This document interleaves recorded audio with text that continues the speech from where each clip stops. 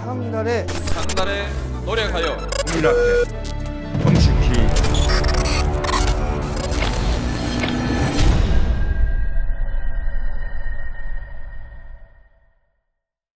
네, 반갑습니다. 장안의 화제가 되고 있는 정치 비화. 그땐 왜 2탄 시작하도록 하겠습니다. 늘 함께하는 분들이죠. 요즘에 잘 나오고 있는 요즘에 유튜브 업계 신동 최강욱 의원 나왔습니다. 최강욱 예, TV. 안녕하세요. 예, 최강욱 의원. 신동이라고 하기엔 나이가 너무 많다. 네. 그리고 우리 장인수 기자가 새로 만든 유튜브가 있습니다. 저널리스트. 저널리스트. 예. 장인수 기자 나와 계시고요. 네, 안녕하십니까. 네, 저는 박시영입니다. 그래서 박시영 TV, 장인수 TV, 최강욱 TV 합동으로 세 곳이 함께 만드는 작품 정치비와 그땐 왜 첫 탄을 쏘아 올렸는데 네. 저게 이제 사전 녹화를 하다 보니까 반응은 못 보고 잘 반응이 뜨거울 것이다라고 그냥 우리 미뤄 짐작하면서 장인수 대기자가 계시기 때문에 예. 대박이 나 있을 거라고 생각하고 이게 지금 추석 연휴 기간에 공개되거든요. 네.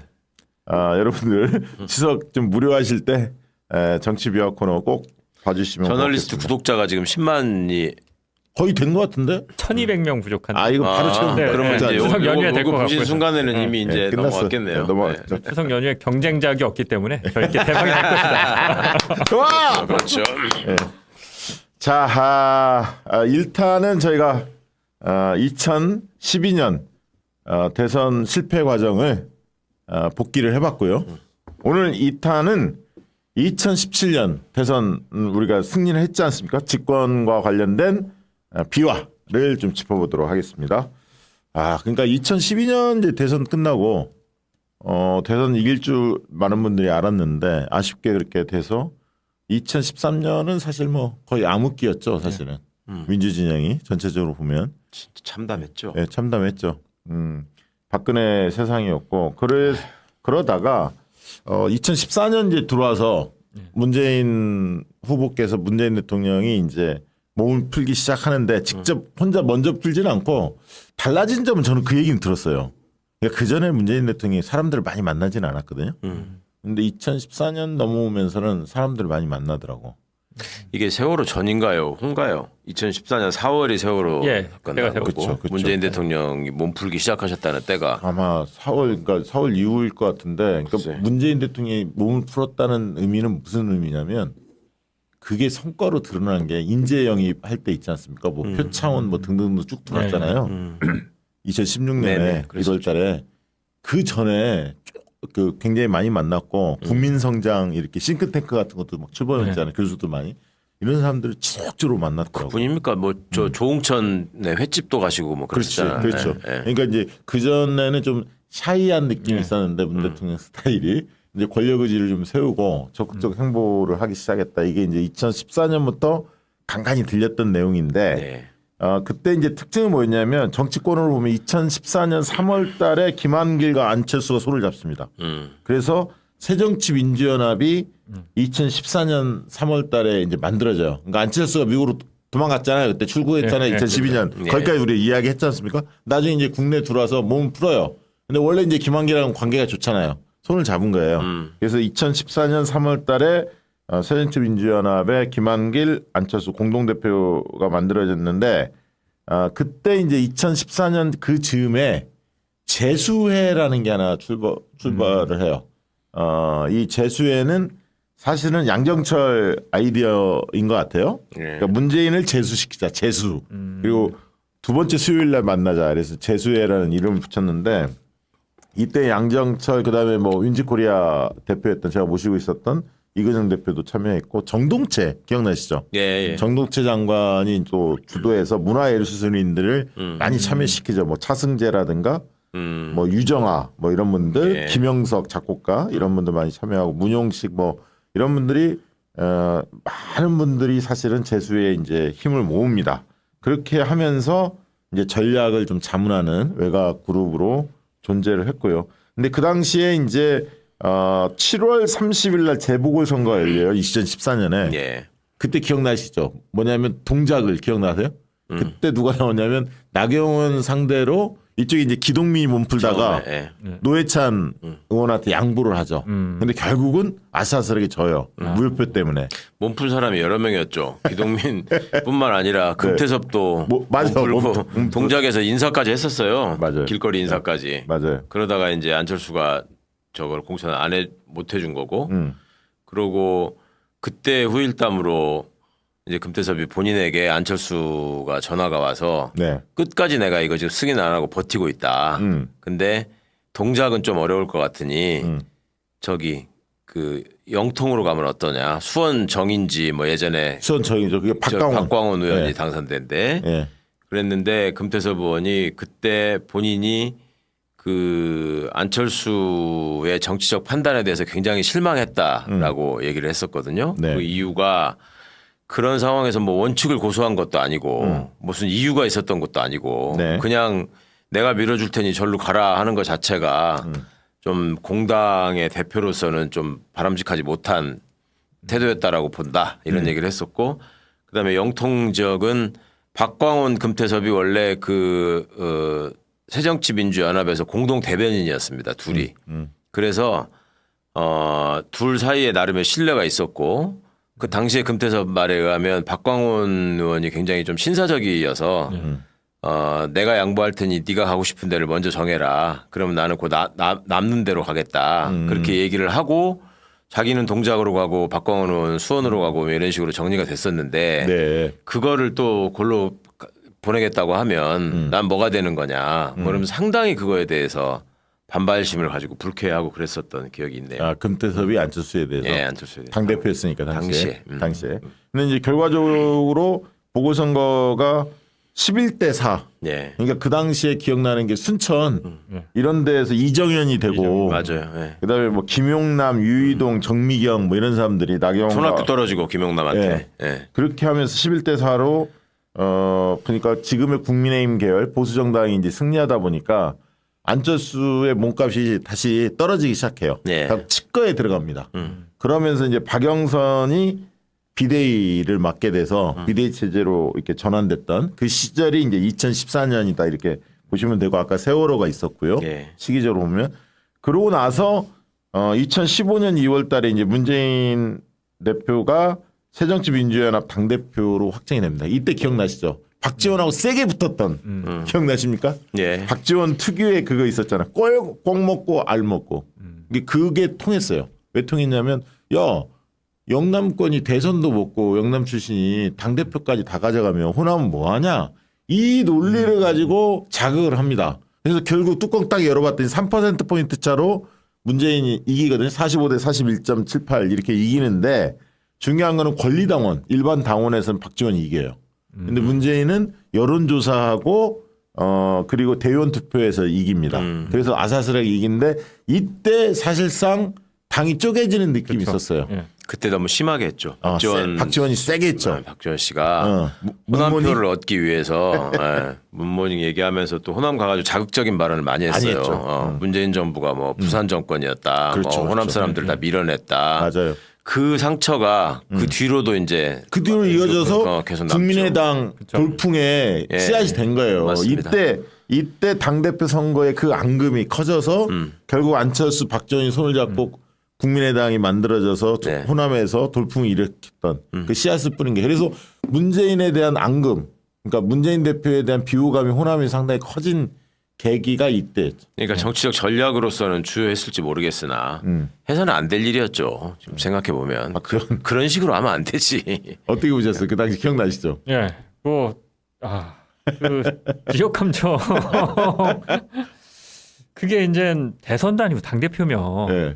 그렇게 던질 건 아니었는데 예, 이게 상당히 그 이후로 계속 문재인 정부 집권하고 나서도 계속 이제 아픔으로 가잖아요. 계속 이제 국회에서 박지원 대표, 박지원 의원이 당시에 문재인 대통령 욕하면서 이 당을 바라보는 지지자들 입장에서는 참담한 거죠. 그렇죠, 예. 그렇죠.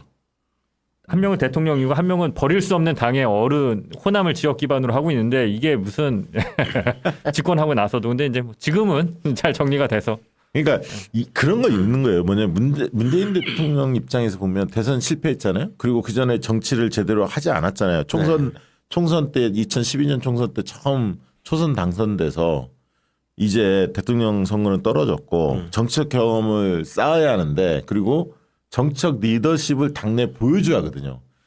그러려면 당대표가 꼭 필요했던 자리라고 볼 수밖에 없어요. 문재인 입장에서는. 근데 이제 박지원 입장에서 야 어차피 문재인 후보가 대선 뛸 거 아니냐. 근데 당대표까지 다 가져가면 어떻게 되는 거냐. 이런 식으로 이제 나름대로 이유는 있지만 정도가 심했다.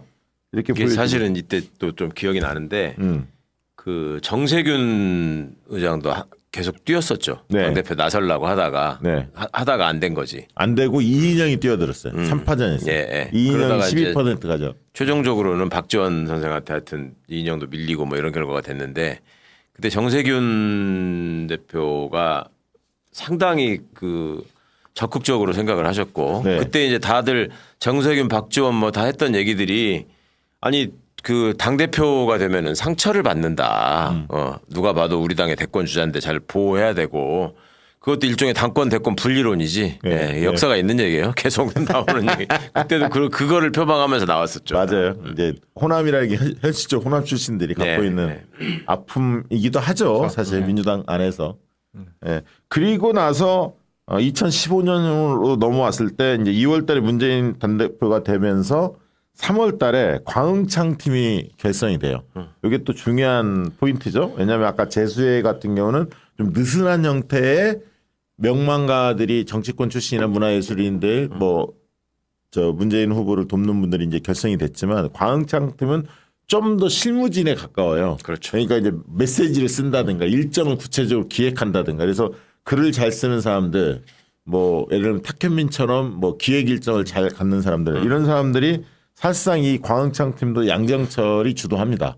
그래서 이제 양정철, 윤건영, 뭐 신동호, 한병도, 뭐 조한기, 탁현민, 오종식 뭐 이런 사람들이 이제 결합해서 13명이 이 물론 이제 그 밑에 그 저기까지 하면 한 2, 30명 돼요. 한 2, 30명 정도가 광흥창 팀 결합을 했는데 여기서 이제 아까 그런 전략 자문 메시지 일정을 기획해서 지원하는 그런 역할을 했는데 다시 한번 띄워줘 보세요. 광흥창 팀. 네.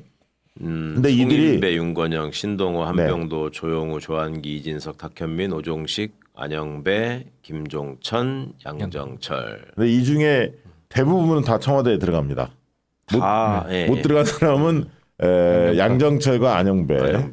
안영배라는 분은 난 모르겠네. 저 분은 이제 저 우리 노무현 정권 때 같이 일했는데 나중에 이제 한국관광공사 사장으로 가죠. 그래서 대부분 다 아무튼 광흥창 팀이 그대로 청와대에 옮겨간다 이렇게 생각하면 돼요. 그렇죠. 다 비서관으로 그대로 왔으니까. 예, 거의 다. 네. 그래서 그만큼 이제 문재인 어떻게 보면 캠프의 씨앗은 광흥창 팀에서 만들어지는데 나중에 이제 이 팀에 임종석이 결합하죠. 예. 그러면서 현실적으로 그게 거의 캠프의 주축으로 딱 전환됩니다. 전환이 되는데 이제 임종석을 땡긴 이유는 있죠. 왜냐하면 친노 쪽에서 볼 때 친문 그룹들이 볼 때 586 세대하고 결합을 해야 하는데 물론 저기 지금 광흥창 팀이 대부분 다 학생운동 했던 분들이에요. 근데 이래저래 뭐 다 아는 분들이지만 그 중에서 임종석 실장을 땡기죠. 땡기면서 어떻게 보면 그래도 임종석 그 실장 같은 경우는 많이 알려진 인물이고 당내 기반도 있고 상징성이 있다 보니까 그러니까 이제 당시만 하더라도 문재인 대표가 신주류라면 그렇죠. 일종의 이제 구주류와의 연합이 필요했고 그렇죠. 그 주류의 대표로서의 상징성을 또 일부 임종석 의원이 갖고 있었기 때문에 그렇죠. 예. 그리고 김경수 많은 분들이 이제 문재인의 최측근 김경수 지사 같은 경우는 그 당시에 이제 봉화에서 역할이 있어서 바로 광흥창 팀에 결합하지는 않은 상태였고요. 나중에 이제 임종석 실장이 송영길을 모셔오죠. 그렇게 하면서 이제 캠프가 커져요. 그러면서 그게 이제 선대위로 전환이 되거든요. 근데 그때 송영길을 모셔온 게 바로 임종석이었습니다. 자 이렇게 이제 광흥창 팀이 출발을 했고, 그다음에 이제 15년 4월에 유승민 원내대표의 국회 연설이 화제가 됐죠. 예. 증세 없는 복지는 허구다. 이거 그 당시 화제가 엄청 됐거든요. 기자님 이것 때문에 난리가 난 거잖아요. 예. 뭐 유승민이랑 박근혜 대통령이 이제 갈라지게 된 네. 예, 결정적인 계기가 된 걸로 이게 알려져 있죠. 근데 사실 그 전부터 이제 이쪽도 네. 집권당이었던 예. 이쪽도 사실 좋진 않았던 게 그때 이제 김무성 당대표, 유승민이 원내대표가 그렇죠. 되면서 네. 친박계가 이제 당권 경쟁에서 밀리는 상황이 되면서 청와대하고의 묘한 알력이 생기던 와중에 요 전에 사실 유승민이 2014년 말에 청와대 얼라들이라는 발언을 아, 맞아. 네. 기억나. 예, 예. 박근혜 대통령이 네. 미국 가서 연설하는데 연설문을 보고 예.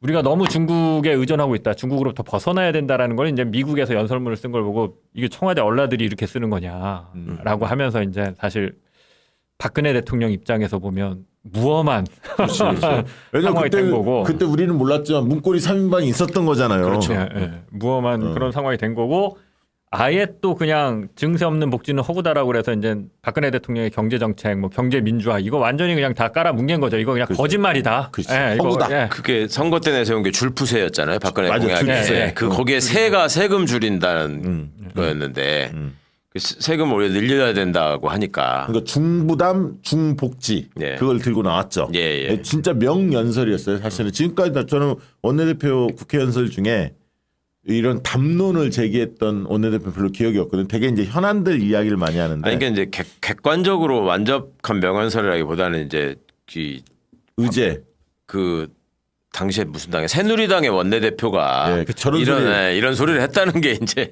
굉장히 이제 합리적인 거였잖아요. 논리적으로 그렇지. 맞고. 그렇죠. 예. 예. 그러니까 이때부터 유승민이 이제 배신자 합리적 보수. 소리를. 민주당 지지자들한테 어필을 하기 시작하면서 그러니까 이제 합리적 보수의 이미지를 가진 거야. 본인- 그리고 예. 박근혜한테 찍히고 그렇죠. 그러면서 이제 TK에서 배신자 소리를 듣고 그렇죠. 정치적으로는 끝나지. 추락하는 길로 사실상 들어서게 끝나지. 되는 거죠. 사실상 끝나는데 그게 이제 이후에 새누리당 공천 파동으로 연결이 되죠. 씨앗이 거기서 형성이 됐고 근데 이때 공교롭게 4.29 재보선이 있어요. 예. 민주당은 늘 재보선에서 죽음의 길을 갑니다. 그러니까 문재인 대표가 당대표로 2월 달이 됐는데 예. 보궐선거를 치러야 하는데 4.29 재보선에서도 4대 빵으로 져요. 그때 이제 당선됐던 사람들이 누냐면 무소속으로 천정배가 되고 뭐 오신환 기억나죠? 예. 그다음에 뭐 신상진 성남에서 그다음에 뭐 안상수 강화 인천 강화 이런 데에서 민주당이 패배를 합니다. 그러면서 문재인 대통령의 대표의 어떻게 보면 리더십이 좀 상처를 입어요. 재보선 패배가 이때가 이루어지니까. 참 황당했어요. 예. 그 세월호 사건의 기억이 그 생생했던 맞아요. 상황에서 예. 치러진 선거에서 계속 지는 거야. 그렇죠. 지는 민주당이. 거죠. 맞아요. 그런 게 참 지금 생각해봐도 음. 그래야 되나 싶은 게 몇 개 있잖아요. 예를 네, 들어서 뭐 네. 저기 5.18이 있고 나서 광주에서 민정당 후보가 당시에 뭐 복수 저 후보가 나와서 중선거구제이긴 했지만 네. 어쩌면 민정당 후보가 당선된다거나 그 다음에 제주도에서 상당 기간 동안 또 그 민정당 수구정당 후보들이 계속 당선된다거나 그다음에 여기 이제 세월호 사건 이후에 민주당이 선거를 계속 진다거나 이런 것들이 저는 그때 참 너무너무 쓰라려. 그다음에 뭐 저기 저 뭐야 유월항쟁 이후에 노태우가 당선된다거나 뭐 이런 일들이 네.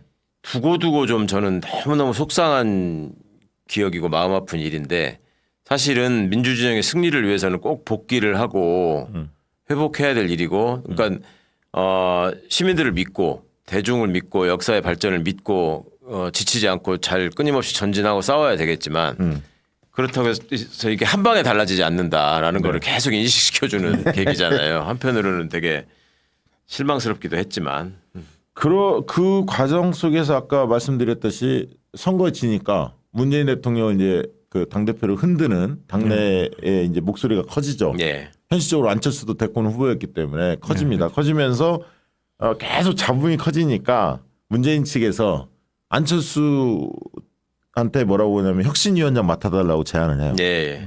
근데 거절을 해요. 기억납니다. 안 하겠다. 이렇게 하니까 결국은 김상곤 네, 전 네, 경기교육감 그리고 조국 네. 조국이 거기서 등장합니다. 지금의 조국 대표가 그러면서 혁신위원들이 꾸려져요. 그때도 약간 비하인드가 있는데 원래 문재인 대표는 이제 조국 교수한테 혁신위원회 얘기를 하면서 이걸 좀 이끌어주면 어떻겠느냐라는 뜻을 넌지시 비쳤는데 네. 당시에 조국 교수가 본인의 나이나 여러 가지 위치나 역량으로 볼 때 간판으로 서기에는 적합치 않다. 네. 그래서 이제 김상곤 그 원래 김상곤 교수님이. 교육감님이 안철수를 도왔었어요. 과거에. 그렇죠. 네. 그래서 이제 안철수 쪽에서 거부감도 덜할 거다라는 것도 정부적으로 판단한 거죠. 네. 근데 나중에 이제 관계가 틀어지죠.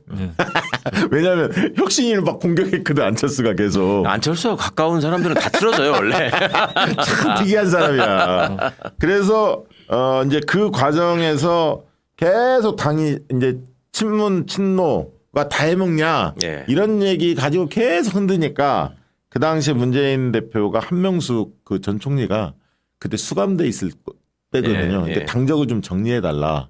그렇게 하고 2016년 총선에서 그 친노 인사들이 그 나서지 마라 자기 측근들이 이렇게 이제 자제를 촉구를 해요. 예. 그러면서 그 총선에서 뭐 윤건영이라든가 양정철 뭐 그다음에 뭐 민영배. 김영배, 민영배, 차성수 이런 사람들은 나서지 마라. 이렇게 해서 이제 당을 좀 추스리는 과정에 자기와 가까운 사람들을 총선 출마를 만류를 하면서 그걸 포기시키면서 당을 추스리려고 최대한 문재인 당시 당 대표가 노력을 하죠.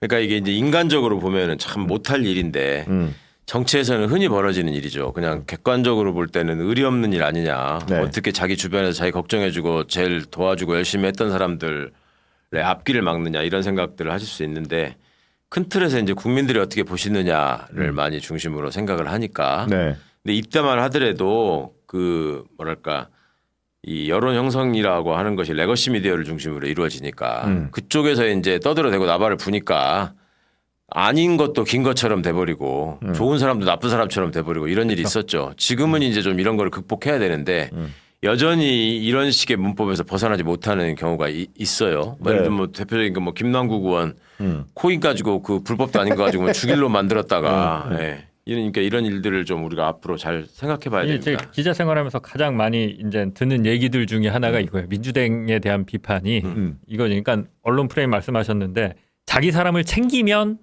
안 돼. 네. 예, 민주당은 깨끗한 정당이어야 되니까. 그러니까. 예. 그러니까 민주당이 뭐 스스로 만든 이미지일 수도 있고 언론이 이제 한 거고. 네. 근데 또 나중에 보면 알게 모르게 다 또 어디 이렇게 한 자리씩 가 있어. 뭐 보시면 알겠죠. 아까 광은창 팀 뭐 가면 네. 못하면 이제 관광공사라도 가 있고. 그렇죠. 그게 또 언론들이 가만히 놔두질 않아요. 그런데 그러니까 이게 맞아. 그러니까 일반 시민들이 볼 때는 이거를 되게 꼴보기 싫어해요. 그러니까 차라리 지금은 그런 얘기도 많이 하시는 것 같아요. 그냥 챙겨라. 아니 그러니까 니네 사람들 뭐냐면 그냥 챙겨라 그냥. 그러니까 예. 안 챙기는 척하면서 뒤에서 챙기지 말고 그냥 대놓고 챙겨라. 아니 그러니까 그거라니까 네. 당신들이 실력을 한번 보여줘 찍었으니까 그렇지. 그러면 네. 자기 도왔던 사람들의 베스트를 다 뽑아서 좋은 인재들을 뽑아서 실력 발휘를 해줘 네. 국정을 잘 이끌어줘 이게 국민들이 바람이거든 그렇지 네, 않습니까? 네, 네. 말한 대로 괜히 능력 안 되는 사람들 이상한 자리 막 보훈 인사 막 이렇게 하는 것이 오히려 더 열받지 청와대나 주요 장차관 들어가서 역할을 하라 이거야 제대로. 그러니까 세상의 지형이 좀 기울어져 있는 건 사실이에요. 근데 그것 때문에 피해의식을 너무 많이 느끼는 것도 또 사실이야. 네. 그거를 정면으로 맞서서 이거를 깨뜨려 나가면서 이거를 균형을 맞출 수도 있는데 일단 기울어져 있으니 우리가 양보하자. 뭐 이런 식이에요. 그러니까 약간 그때만 해도 문재인 대표 입장에서는 당이 또 이게 갈라서면 안 된다. 안철수까지 들어와 있는 마당에. 그러니까 총선 전까지 이재명이 보였던 모습이나 별반 다를 게 없어요. 계속 이건 모아가지고 안고 가야 된다. 그렇지. 예, 이렇게 할 수밖에 없다고. 약간 자기 사람들을 읍참마속하면서도 당의 단합 단결을 도모해야 한다. 이제 이 숙제를 풀어가는 과정에는 계속 왜냐하면 흔듭니다. 안철수는. 조금이라도 더 모아야 되니까 모으지 못하면 지니까. 안철수 쪽 흔히 말하는 비주류 쪽에서 계속 문재인의 멱살 잡고 흔들어요. 예, 당을. 예. 그래서 이제 문재인 대표가 11월 달에 무슨 얘기를 하냐면 안철수, 문재인, 박원순 3명. 네. 문재인, 안철수, 박원순 3명이 당대표의 권한을 공유하자. 왜냐하면 박원순 시장도 이제 힘 셌기 때문에 유력도 대선 후보 네. 중에 한 분이었기 때문에 현실적으로 대선에서 유력 후보들끼리 같이 운영하자라고 제안을 했는데 안철수가 난 거부! 딱 해서 안철수가 뭐든지 안 한다 그랬지. 그러면서 뭘 제안했냐면 혁신 전당대회를 하자. 네. 그러니까 너 당대표 인정 안 할게. 나 저 문재인 인정 안 해. 다시 전당대회 치러서 다시 뽑자는 거예요. 예. 그러니까 이제 말이 안 되는 거지. 그러니까 문 대표도 당연히 이거는 거부하고 그러면서 뭐 수도권 의원들이 이제 막 중재안을 냅니다. 뭐 어떤 내용이냐면 문과 안이 공동 비대위를 만들자 예. 이런 얘기도 하지만 안철수가 거부하면서 마지막 12월 13일 날 안철수 박지원이 그 탈당을 하는데 비문계들이 일제히 탈당하는데 그 전날 심야에 기억나실 겁니다. 안철수 집에 찾아가 맞습니다. 예. 문재인 대표가 예. 근데 만나주지도 않아. 예. 문도 안 열어주고 막 그랬잖아요. 나 그때 진짜 그때는 정말 뚜껑이 열리더라고. 왜냐하면 그때 2002년 정몽준과 노무현 단일화 딱, 때 예. 노 대통령이 갔잖아요. 예. 그때가 생각이 나는 거야. 그때 그 모습이었죠. 그러니까 이때 탈당한 사람이 이현주 아니에요? 그렇지. 그때 탈당한 사람 한 20명 돼요. 그러니까 이현주 의원이 탈당하고 본인이 뭐 억울하다고 얘기하는 게 박영선 의원이 먼저 가 있으면 나도 간다고 해놓고 안 왔다. 강행선 안 이런 갔지. 거잖아. 냄새는 풍기고. 그때 이제 호남 쪽 의원들도 많이 탈당했고 비주류들이 대부분 다 탈당을 했죠. 결국 그때 아마 그 장면이 많이 떠오를 거예요. 뭐랄까 문전박대 당했던. 예. 그렇죠. 문 대통령이. 그래서 그때는 이제 안철수는 그런 얘기를 했죠. 혁신을 위해서 낡은 진보를 청산해야 한다. 이런 걸 이제 명분으로 내걸고 결국은 본인이 대선을 뛰는 데 있어서 그 박지원 호남 쪽을 먹는 게 결국은 이번 총선에서 2016년 총선에서 압승을 하면 그건 문재인 공으로 다 가니까 그럼 결국 2017년 대선도 문재인이 유리해질 거다. 예. 그럼 나는 뭔가 기회를 잡아야 하는데 그런 측면에서 박지원과 박지원 호남과 전략적 제휴를 한 거죠. 안철수가 도박을 건 건데 그 도박이 그 당시만 해도 성공을 합니다. 예, 공교롭게. 그렇습니다. 하참. 그런데 이렇게 되니까 이제 그 새정치민주연합이 더불어민주당으로 당명을 바꾸죠. 더불어민주당으로 당명을 바꿉니다. 그때 이제 손혜원 예. 전 의원이 이제 홍보위원장으로 활동을 하실 때였고요. 그러면서 이제 막 더불어민주당의 그 화려한 그거 기억나시죠? 뭐 현수막이라든가 막 이렇게 색감이 이쁘잖아요. 여러 가지로. 디자인이 혁신이 됐죠. 완전히. 디자인이 좀 혁신이 됐고 인재 영입위원장 문재인 대표가 스스로 맡으면서 인재 영입을 적극적으로 하고 그때 이제 최초로 온라인 당원들이 10만 명이 몰려와요. 갖고 입당 러시가 이루어졌던 게 1차 시기가 이때예요. 맞아요. 이게 이제 정당이 판매하는 굿즈 이런 게 막 품절되는 일이 생기는 그렇죠. 처음 일이었고 또 후일담으로 그런 게 있죠. 더불어민주당이라는 당명을 이제 짓는 과정에서 국민 공모를 하게 되는데 손혜원 의원은 저한테 그러셨어요. 나중에 본인은 이때에도 민주소나무당으로 되기를 원했다. 맞아. 소나무 바랬다. 기억나요. 그래서 기억나. 이제 소나무 그림이 이렇게 맞아 있었어. 그게 이제 지금 이번 총선에 참여했던 소나무당으로 이번 연결이 정도 되는 잘안 겁니다. 됐는데 예. 그때 있었어요 분명히. 예. 기억나요.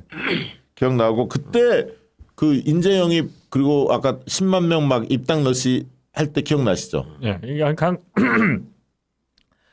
항상 이제 위기가 닥치면 네. 당원들이 일어나서 예, 그거를 어느 정도 그 위기를 상쇄를 해줘요. 항상 민주당의 어떤 그런 모습이었어요. 예. 이게 그러니까 지금으로 보면 수박들이 싹 걸러진 그렇죠. 그런 느낌이었죠. 아까 말씀하셨지만 이렇게 정면 돌파할 필요도 있다. 항상 이 기울어진 운동장에서 그 기울기를 맞추려고 하기보다는 근데 이제 항상 당원들이 그 모습을 보여줬죠.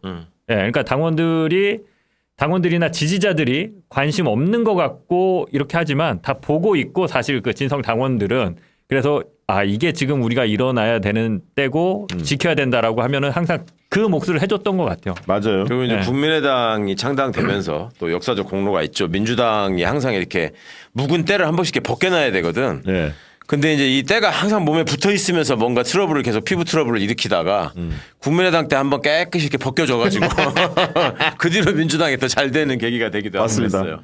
그래서 그 당시에 이제 깜짝 놀랐던 게 그 영입 인사들을 보면서 그 당시에 이제 화제가 좀 됐죠. 정신했죠. 되게. 그러니까 그 전에 준비가 많이 돼 있었던 거예요. 아까 얘기했던 그쵸. 문재인 네. 대표가 대표 이전부터 사람들을 계속 만나왔고 그렇죠. 그게 이제 그때 빛을 발합니다.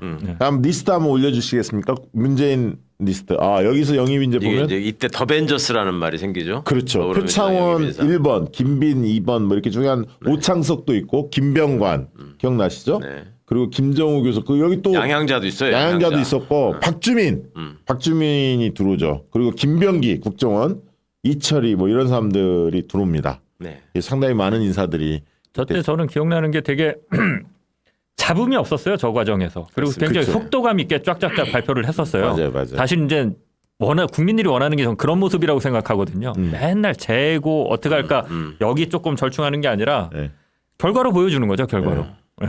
근데 이제 국민의당은 인재영이 한번 띄워보실래요? 기억나는 사람이 거의 없어. 거기도 이제 맞불을 놓긴 놓았는데 뭘 했어요 그때? 했는데 김근식 아, 김근식이 인물이지. 김근식이 그런 선수가 사람 나온 인물이요. 예, 김근식 뭐 이런 인물들이 거의 보면은 무게감 있는 사람들이 별로 없습니다. 누구냐 진짜. 저 중에 기억나는 사람 누가 있어요? 이제 마지막 이건태 의원 있죠. 최근에 이번에 의원 된 그 당시에 이건태. 이제 지검 고양시청장 네. 했는데 이런 분들이 이제 주로 김경록 기억나시죠? 옛날에 청와대 근데 영입 취소된 사람도 많아. 네, 영입 취소됐어요. 문제가 좀 돼갖고. 그러니까요. 네. 그다음에 이제 송기석 그 판사 양반도 한승철이도 저기 껴있고 저기 떡값 검사 때문에 떡값 그 받은 거 때문에 징계 받았다가 나중에 뭐 저기 소송 이겼네였잖아요 하면서. 그러니까 이걸 보면서 사람들이 그때 뭔 생각을 했냐면 야 안철수 쪽에 사람이 없구나. 이게 무게감이 다른 거야. 민주당 완전히 비교됐어. 그래서 야 국민의당이 굉장히 고전할 거라고 많은 사람들이 이제 예상을 했죠. 그리고 이제 여기에 그 안철수가 결국 그래서 1월달에 이제 창당을 했습니다. 창당을 했는데 김종인 민주당이 김종인을 비대위원장. 선대위원장으로 합류를 시키죠. 네. 이게 이제 굉장히 그때는 큰 일이었죠. 네. 센세이셔널. 보수의 원로인데 보수 원로인데 나름대로 이제 선거 일가견이 있다고 알려져 있죠. 김종인 그 뭐라고 불러야 돼? 지금 고문이라 보통 이제 늘 고문 하는데 김종인 고문이 선대위원장으로 합류를 합니다. 그러면서 합류를 했지만 사실 이러면서 민주당의 지지세가 넓어진 건 분명히 있어요. 네. 김종인이 결합으로 좀 안정감을 찾았다 할까요? 중도 세력들한테 비춰졌을 때 좀 뭐랄까 그 국민의힘이 떨어져 나가서 좀 걱정이 있었는데 한편으로 좀 새가 붙어. 근데 김종인이 들어와서 꼭 공만 있었던 건 아니잖아. 네. 사고도 많이 쳤잖아. 이때 이제 셀프. 개인적인 친분이 있었던 손혜원 의원이 좀 다리를 놓고 이런 역할도 좀 했죠. 했었고, 했죠. 네. 그 다음에 이제 김종인 씨가 오면서 탈당하려고 했던 뭐 박영선 뭐 이런 사람들 주저앉아가지고 그건 효과 있었죠. 또 김종인의 측근으로 또 됐죠 네. 나중에 네. 박영선 이철이 뭐 이렇게 해서. 근데 이제 거기에 이제 아픔도 있었죠. 정청래 막 이런 분들이 컷오프 그렇죠. 이해찬 대표도 그렇고. 뭐 이런 분들이 다 컷오프 됐고요. 그 다음에 이제 그 비례대표 논란이 좀 있었죠. 자기가 셀프 공천. 네. 그다음에 측근들 이제 측근들 집어넣고 뭐 칸막이 하고 그래서 좀 파열음이 좀 컸었어요 사실. 예. 근데 이제 저때까지만 해도 김종인이 그 선대위원장에 대한 국민적 이미지가 그렇게까지 나쁘지는 않았던 맞아요. 것 같아요. 예. 맞아요. 네. 네. 저때 저렇게 하고 나서 이제 또 다른 당 가서 또 저거를 또 하니까 그때부터는 쟤 뭐야 이렇게 됐는데 네, 완전 노예한 저때까지만 해도 저거는 화학적 결합으로서 굉장히 참신했고 예. 예. 맞아요. 그러니까 굳이 평가할 만한 가치가 비교하자면 있죠. 예전에 네. 김영삼 씨가 88년 대선에서 정승화 여의도 유세에서 갑자기 영입해가지고 네. 깜짝 뉴스가 됐던 것만큼 그만큼의 충격은 아니었지만 그에 견뎌볼 만한 그런 상황이었죠. 김종인이 결합이 돼서 그 나름대로 이제 성과를 얻었는데 이때 이제 아픈 대목은 그건 있어요. 뭐냐면 김종인 등장으로 정의당과의 선거 공조가 약화됐어요. 그러니까 그 전에 문재인 대표 시절에 노회찬 정의당 쪽 예. 그때 이름이 뭐 저 진보당이었나? 통진당이 기억은 정확히 안 나는데 정의당 쪽과 이 선거 연대가 잘 이루어지고 있었거든요. 예. 그래서 동작에 노회찬이 나간 거 아니야? 그 전부터도. 그 큰 틀에서 연대하자. 그래서 아마 정의당 쪽에 폭넓게 양보할 생각을 문재인 대표 상당히 많이 했었어요. 예. 그런데 김종인이 들었으면서 권한이 김종인 선대위원장으로 완전히 넘어가 버린 거야. 그리고 그때 노회찬이 결단을 못하게끔 계속 발목 잡았던 게 심상정 쪽이었어요. 네. 심상정은 그렇죠. 독자파였거든. 최소화의 단일화는. 근데 노회찬 의원 같은 경우는 폭넓게 단일화를 하자. 큰 틀에서 민주당 같이 가야 된다 했는데 그게 심상정의 발목으로 이 시간을 질질질 끌다가 김종인 선대위원장으로 들어와 버리니까 예. 이게 잘 안 됐어요. 그래서 나중에는 몇 개 못했어. 단일화를. 최소화시킬 수밖에 없었고 이제 그런 상황이 있었고 2월 달에 이제 필리버스터가 있었죠. 테러방지법 국정원. 예. 이거 야, 그 기억나세요? 테러방지법? 나는 저기가 기억나. 저거 할 때 열 몇 시간씩 막 한 사람들 많았잖아요. 예. 예. 은수미 의원이 그때 떴고요. 정청래가 네, 떴어요. 네. 그 당시에. 기억나시죠? 음. 김광진이 첫 바다로 나가고. 아니 그리고 심지어 마무리했던 이종걸 의원도 그 안 좋았던 이미지가 많이 상승했지. 저거 열심히 건설하면서. 야, 그리고 사람들한테 아, 저런 게 필리버스터구나. 그렇죠. 예. 그걸 알게 됐어. 음. 야. 근데 그 지금 최근에 필리버스터 하면은 막 무슨 신문 기사들 언론 기사들 그대로 있거나 막 이런 그쵸. 의원들이 많잖아요. 근데 저 때는 자기 주장을 저렇게 10시간씩 막 펼치는 사람들이 많았어요. 그렇죠. 논리적으로 이거 안 보고 그냥 계속 하기도 하고. 예.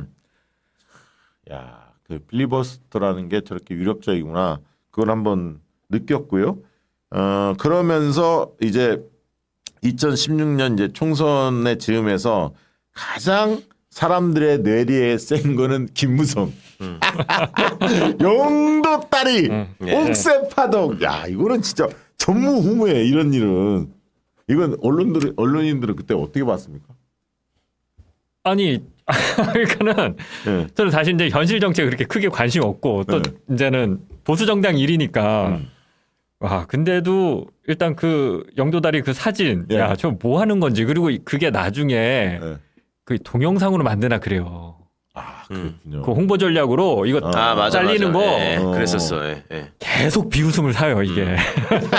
본인들은 아주 계속 비웃음을 자기들이 하면서요. 그 국민을 위해서 진심 어린 정당인 것처럼 보이려고 홍보 영상까지 만들었는데 사실 그러니까 결국은 그 안에서의 이게 굉장히 엄청난 권력 다툼으로 빚어진 일이잖아요. 공천 네, 어떻게 할 것이냐 뭐 이런 거 갖고. 예. 근데 이제 국민들이 봤을 때는 그냥 코미디인 거죠. 코미디. 뭐 하나 저거. 그때 유행어가 뭐였냐면 배신의 정치. 이게 첫 번째였고 박근혜가 그 아까 유승민부터 시작해서 배신의 정치 이게 싹을 자르겠다 이런 거였고 두 번째 친박 간별사 기억나세요? 예, 예, 예. 그때 간별사 친박 그때 막 간별사. 온갖 용어가 많았지. 친박, 찐박, 예, 뭐 친박, 월박, 뭐. 탈박. 월박 그래 탈박 난리가 그렇죠. 아니었지. 근데 이게 요거 전에 그 조금 저 테러 방지법 얘기 조금만 덧붙이자면 예. 이런 비판을 합니다. 국힘 쪽에서 뭐 세게 한 건 아니지만 저때 저렇게 필리버스터 하면서 방해해놓고 다수당되고 집권해놓고 그러면 법 왜 폐기 안 시켰냐, 왜 안 바꿨냐, 뭐 큰일 날 것처럼 저 필리버스터 한 거 아니냐 이런 식으로 얘기를 하거든요. 두 가지 의미가 있어요. 하나는 저때 저 위력이 굉장히 컸기 때문에 본인들한테 트라우마로 남아있는 면이 있어서 저걸 걸고 넘어지는 게 하나 있고 또 하나는 저때 필리버스터를 했던 이유가 국정원이 권한을 강화해가지고 무소불위로 사찰할지 모른다 민간인들에 그렇죠. 대한 네, 그렇죠. 그런 걱정 때문에 한 거잖아요. 그러니까 문재인 정부가 국정원의 내부 국내 정치 개입, 국내 사찰 활동을 완전히 봉쇄하는 입법을 통한 했죠. 개정을 했기 네. 때문에 의미가 그래서 없어지죠. 저 테러 방지법에서 담고 있었던 어떤 독극물들이 이게 이제 희석이 돼 버리고 의미가 없어지게 된 거죠. 그러니까 이거를 떼서 항상 이제 저자들 하는 수법이 광우병 사태 가지고도 광우병 있지도 않은데 MBC가 나서서 뭐 괴담을 유포 지금도 얘기하잖아요. 지금도 김장겸이가 국회 가서 또 얘기하고 하는데 그때 그렇게 PD수첩이 진실을 알리고 국민들이 열심히 촛불을 들었기 때문에 수입산 미국에서 도입되는 수입 쇠고기의 원령을 그렇죠. 예, 낮췄지 않습니까? 지금도 그 혜택을 받고 있는데. 그래서 그것 때문에 발생이 안 되는 건데 일단 저 키워드만 가지고 이게 정치적인 어떤 전략적으로 국민들을 속이고 갖고 호도하는 이런 걸로 이용하고 있다. 이런 거 속지 마시라 하는 말씀을 좀 드리고 싶었습니다. 네, 좋은 지적이시고요. 그 김무성 이 옥새파동이 결국은 박근혜 정권 어떤 몰락의 맞습니다. 출발점, 예. 시발점이 된 측면이 맞습니다. 있습니다. 예. 결국 그것이 결국 이게 탄핵으로 이어지는 거예요. 예, 일단 총선에서 무너졌고요. 네. 왜냐하면 많은 전문가들이 저 빼고 대부분 전문가들이 그래서 제가 그때 좀 떴어요. 이때 완전 떴죠, 박지영. 네. 다 진다 그랬는데 박지영이 전국구에 전봉주의 전국구에 네. 나와가지고 봉도사의 질문에 대해서 아 이거 다 보고 있는데 이깁니다. 제가 유일하게 이긴다고 얘기했어, 유일하게. 민주당이 이긴다. 네. 근데 아무도 안 믿었어. 왜냐하면 3자 구도잖아요. 네. 야권이 분열이 분열됐죠. 됐잖아요. 그렇죠. 민주당과 국민의당, 안철수당으로 네. 분열이 됐고 여권이 힘이 셌거든요. 박근혜가 워낙 철권 통치를 했기 네. 때문에 그래서 다 그리고 그 당시에 이게 왜 함정이었냐면 모든 여론조사 그러니까 우리 MBC도 하고 다 하잖아요. 조선일보도 하고 중앙일보도 하는데 모든 여론조사가 대부분 다 그 당시에 이제 저기죠. 이름이 뭐야? 저 새누리당인가요? 그 당시에 새누리당한테 이기는 쪽으로 거의 나왔어요. 왜냐하면 그러니까 그 수집한 전화번호의 질이 달랐다는 그렇지. 거잖아요. 예. 왜냐하면 언론사한테는 안심번호 사용을 못하게 했어. 그 당시에 핸드폰 번호를 안 줬어요. 네. 그 정당만 줬어. 정당만. 선관위가 법이 그렇게 돼 있었어요. 네. 그러니까 집 전화를 한 거야. 모든 언론사는. 예. 근데 그 당시만 해도 다 핸드폰은 이제 많이 활성화돼 그렇죠. 있는 시기인데 집에 이제 집 전화를 안 두는 사람도 많았단 말이에요. 유선 전화를. 근데 집 전화를 하니까 보수 보수와 쪽이 표집이. 가표집이 워낙 셀 거 아니에요. 예. 그러니까 한 10% 이상 늘 이기는 걸로 나오는 거야. 새누리당 쪽 후보들이. 그러니까 이게 안 맞거든. 근데 저는 왜 알았냐면 제가 그 당시 이제 윈지코리아 네. 컨설팅에 있을 때 저희는 민주당 쪽 의뢰도 받고 왜냐하면 당이 의뢰를 하잖아요. 네. 그럼 안심번호로 조사를 할 수 있거든. 네. 정당은 핸드폰 번호가 되는 거예요. 저는 또 정의당 쪽도 다 받았었거든. 의뢰를. 여러 군데 다 하다 보니까 안심번호 흐름이 어떻게 형성돼 있는지 보고 있었죠. 그러면 거의 10% 이상 차이가 나더라. 유선전화, 집전화에 비해서. 그래서 민주당이 선전할 가능성이 하나 있었고 두 네. 번째는 제가 이제 FJ 포커스 그룹 인터뷰라고 정성조사를 많이 했었거든요. 그걸 쭉 해보면 국민들이 완전히 돌아서는 게 보였어요. 정권에. 박근혜 정권에 돌아서는 게. 그래서 이건 민주당이 이긴다라고 봤던 건데 다행히 그게 적중이 돼서 조금 화제가 됐었죠. 좀 개인적인 얘기이긴 합니다만 사실은 박지영 대표가 대학을 마친 후로 대한민국 민주주의 발전을 위해서 나름 꼭 중요한 위치에서 역할들을 하고 있었는데 노담모에서도 열심히 일하고 나중에 노무현 정부의 여론조사 비서관실에 또 선임행정관으로 일하고 그런 게 쭉 있었는데 저는 전혀 모르고 있다가 어느 날 봉도사가 무슨 하마를 한 명 데리고 왔는데 그때 한참 방송하는데 황당한 얘기를 하는 거야. 이긴다는 거야. 예? 그리고 지금도 촌스럽지만 그때는 더 촌스러웠었거든.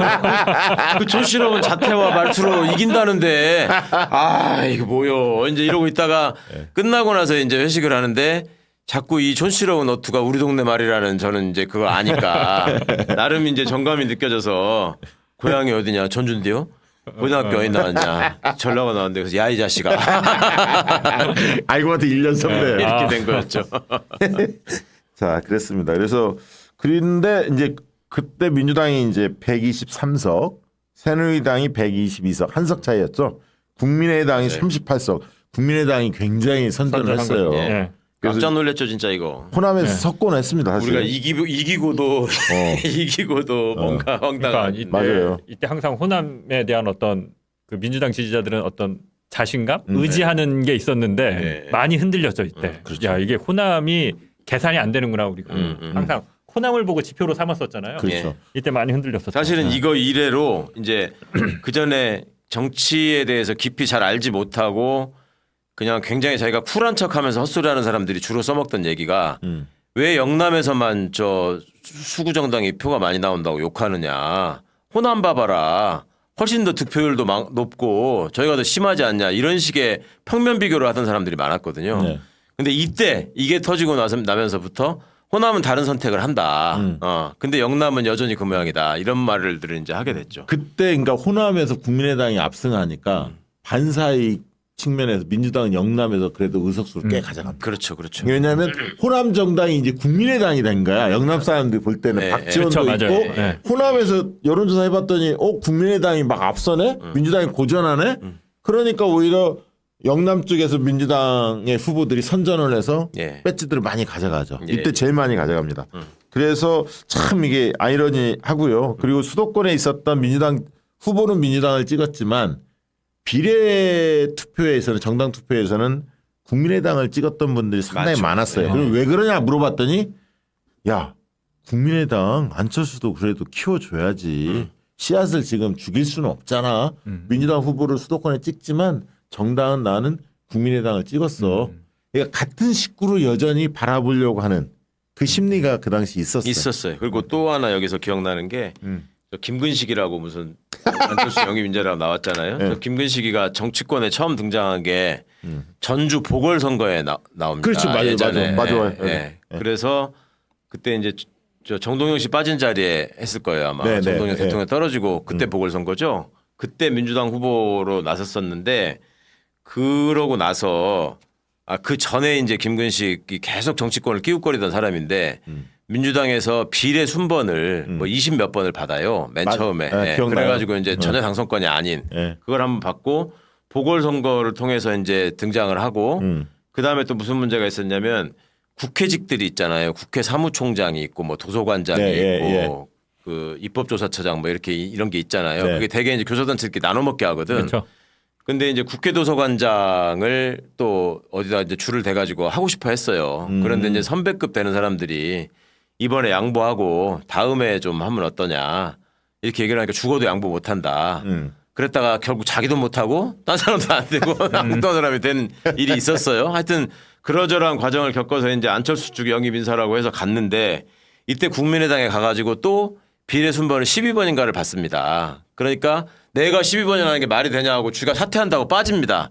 근데 이게 국민의당 돌풍이 벌어지면서 그때 14번인가 15번까지 당선이 돼요. 그래서 가만히 있었으면 되는 거였는데 그때 참 제가 아이고 이거 그러더니 하여튼 아직까지 못하고 있죠. 저렇게 살고 있습니다 지금. 지금도 안철수 사이 안 좋을 것 같은데 김근식. 지금은 완전히 등 졌죠 이제 또 저기 이제 윤석열 빨아주는 걸로 윤석열 하다가 쪽으로. 이제 요즘은 한동훈한테 붙을까 뭐 이렇게 또 눈치 보고 있고 이러는 그 거 인간들 같은데. 진짜 파란만장해. 아이고. 제 첫 출입처가 이제 기자 처음 됐을 때 통일부였거든요. 예.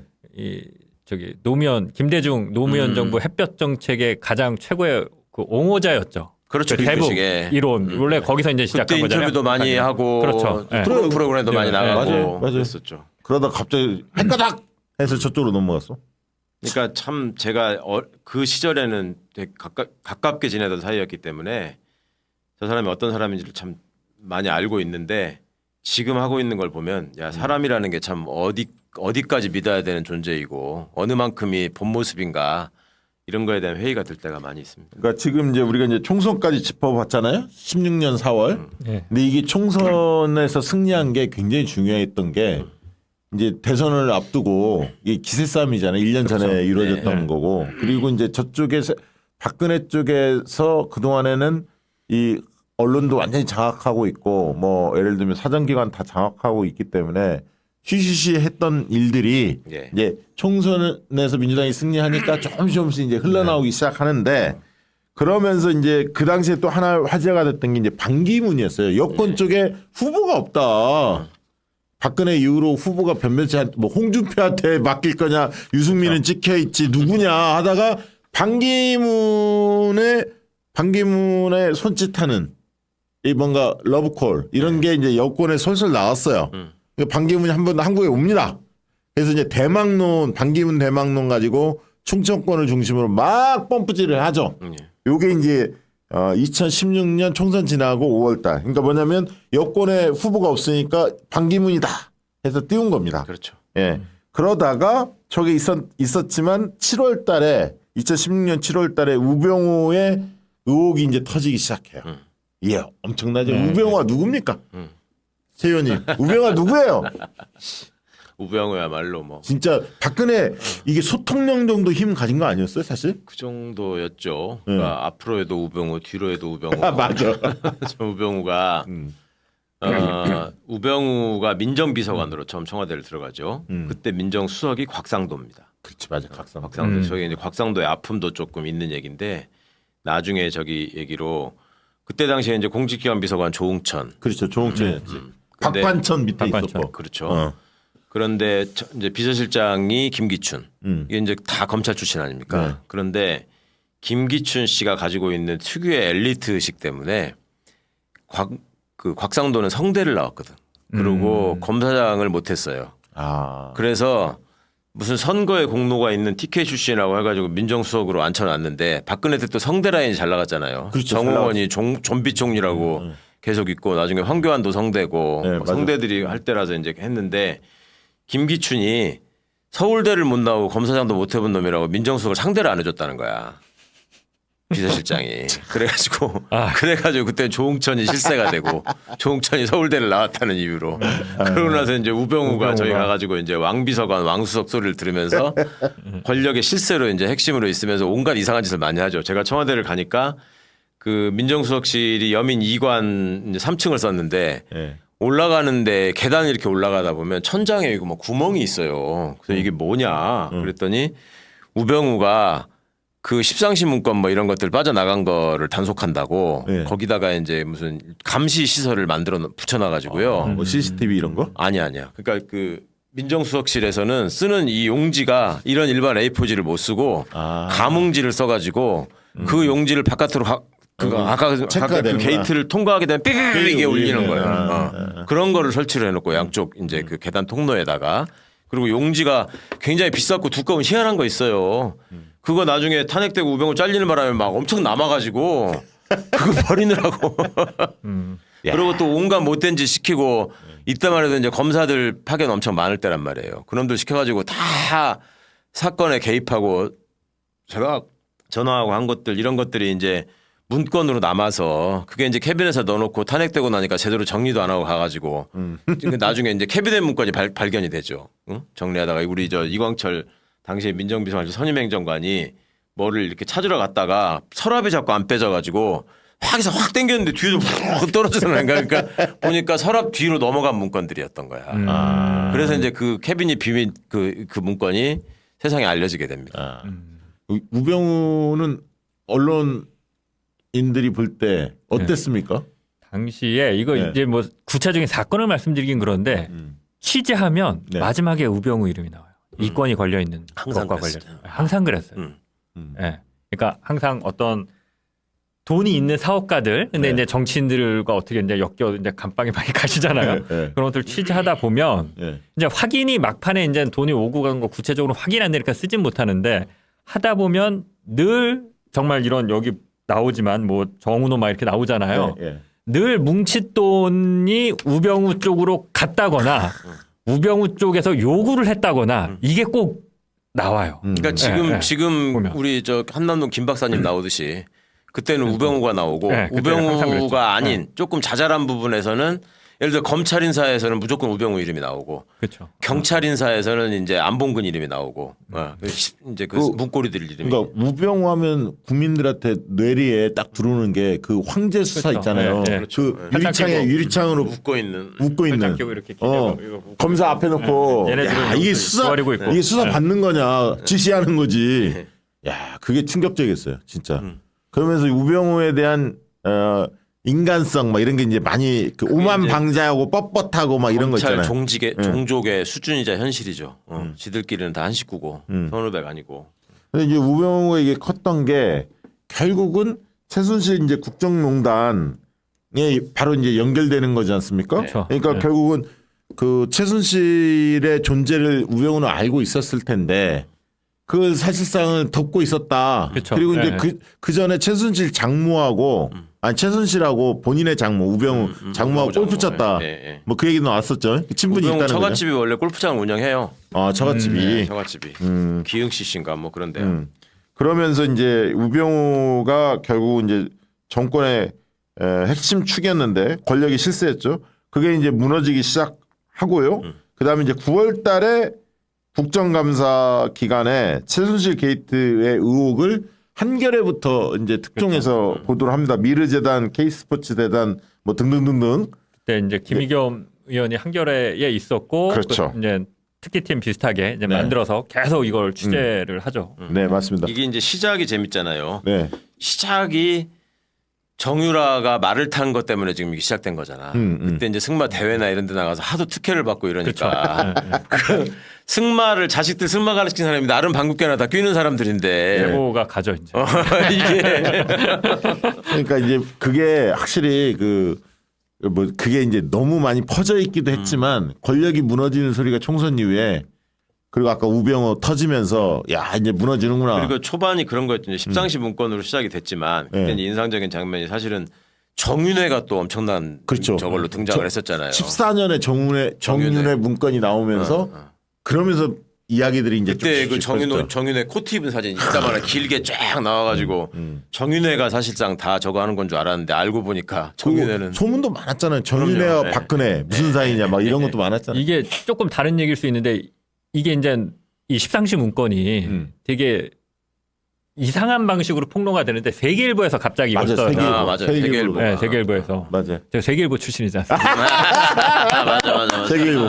어, 그러니까 제가 알기로는 이게 조선 동화로 갔는데 안 쓴 걸로 알고 있어요.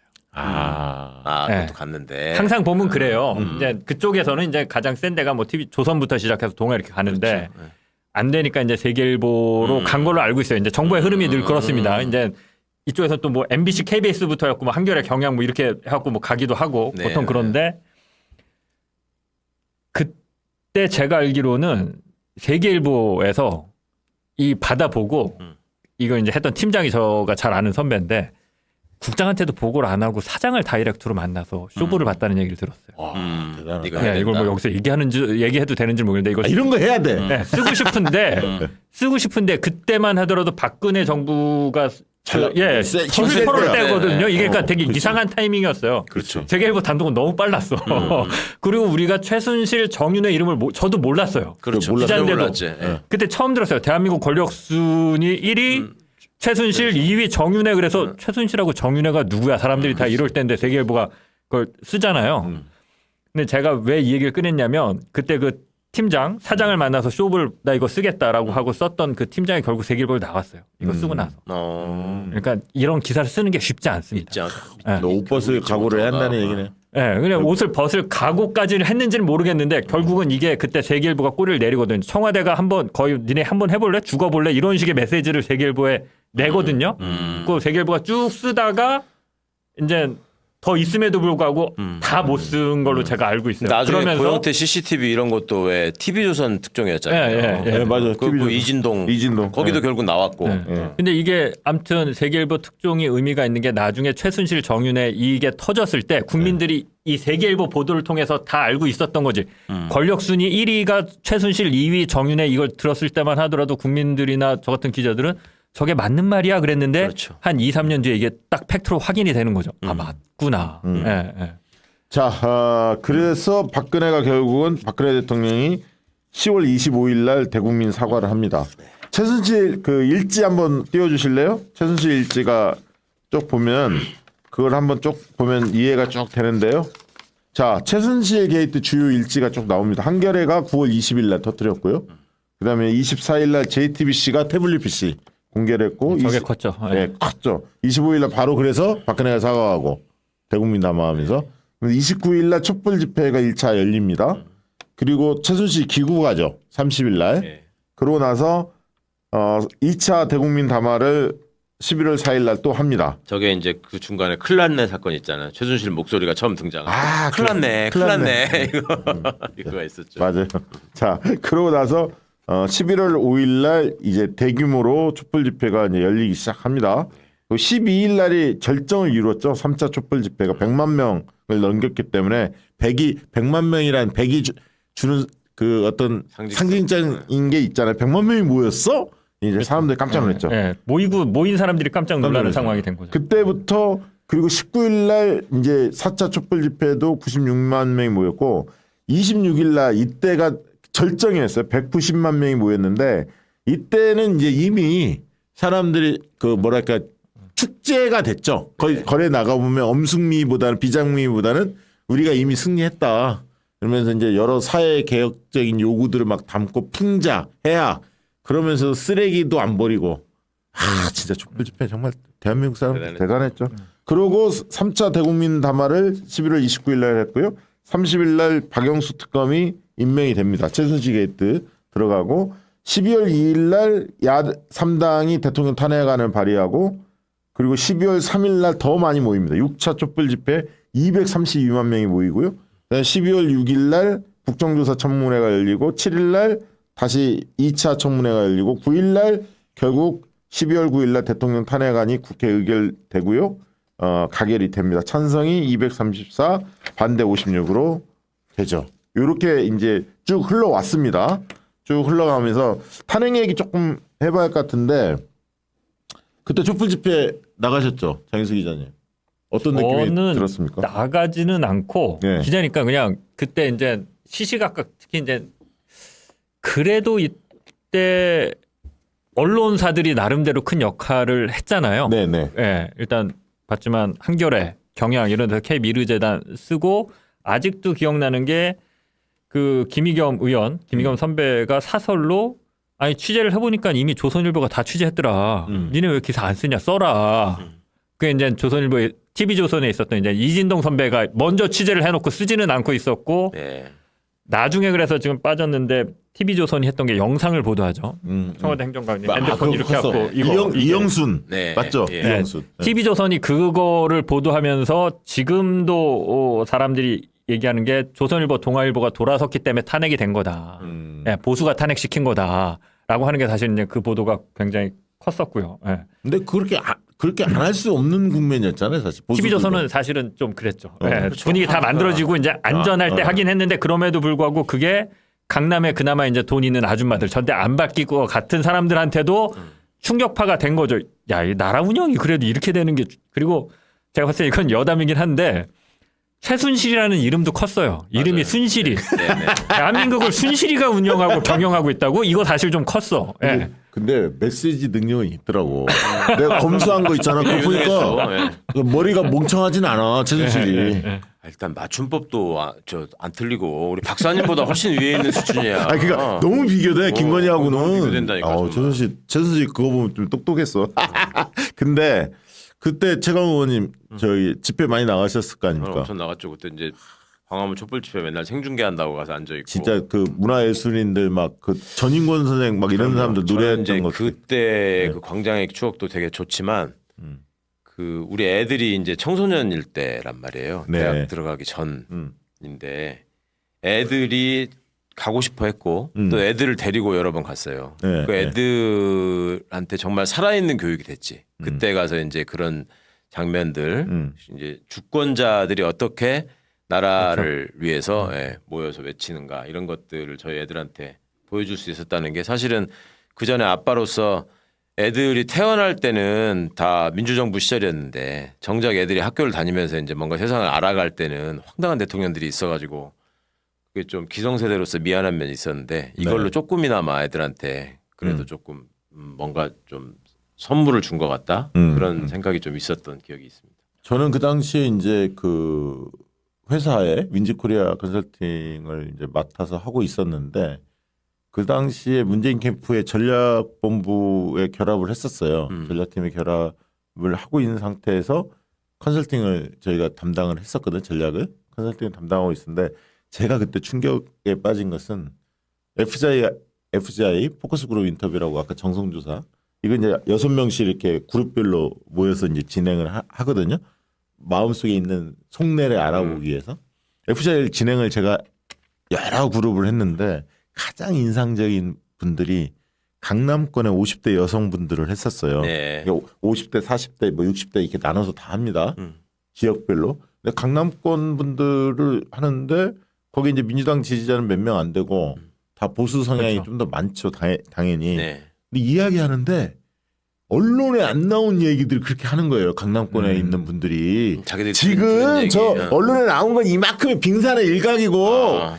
최순실이 어떻더라 뭐가 어떻더라 소문이 파다하는 거예요. 그 활동 무대가 강남이었으니까 강남. 그 사람 간 미용실 그 사람 간 소문이 빵집 다 이런 퍼진다. 게. 그러면서 뭐라 하냐면 자기도 다음 주에 촛불 집회 나가야겠다고 도저히 이건 용납이 안 된다 이러는 거야.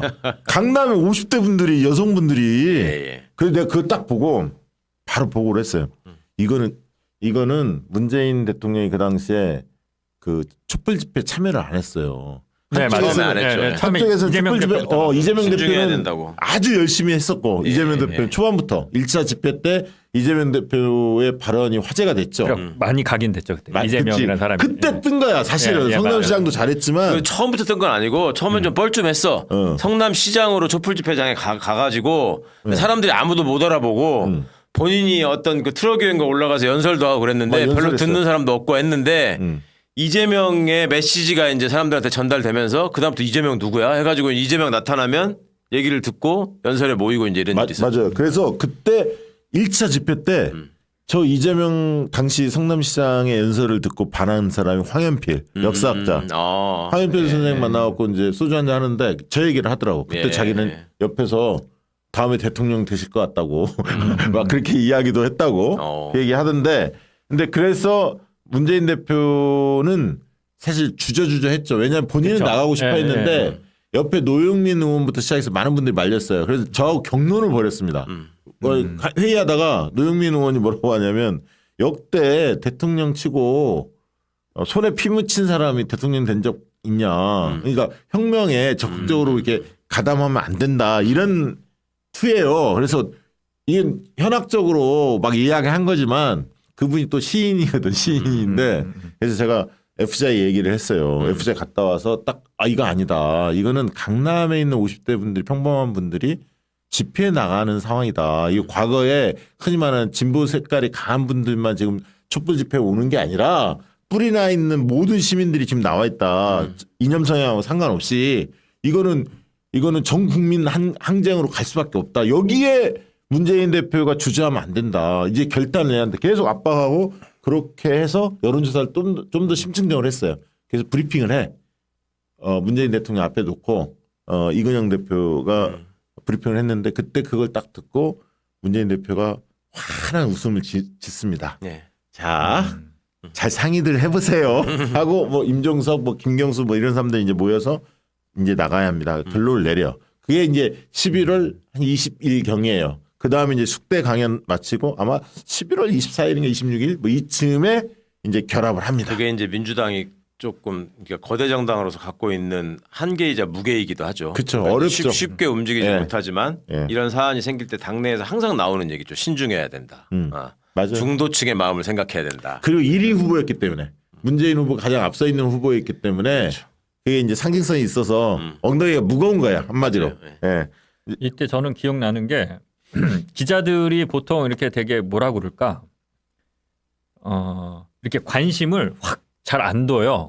그러니까 다 자기 일 하는 척하고 뭔가 있는 척해. 그래갖고 네. 뭐 TV 틀어놓고 보도국이나 편집국 가면 그렇거든요. 네. 틀어놓고 한 귀로 들으면서 다 자기 일 하고 뭐 이러는데 이때는 정말 기자들이 뉴스 시간이 되면 어느 순간 다 일어나서 TV 앞에 몰려가서 다 이러고 기자들이 이러고 네, 이게 초유의 상황이잖아요. 네, 네. 이 상황이 어떻게 될지 맞다. 이게 모르니까 그냥 기자들이 뭐 웬만한 특종에도 뭐 저거 뭐 약간 이런 게 있는데 이때는 정말 그냥 매일 TV 앞에서 다 이러고 와서 정말 그 주로 MBC 기자들이 다 JTBC 틀어놓고 있었거든요.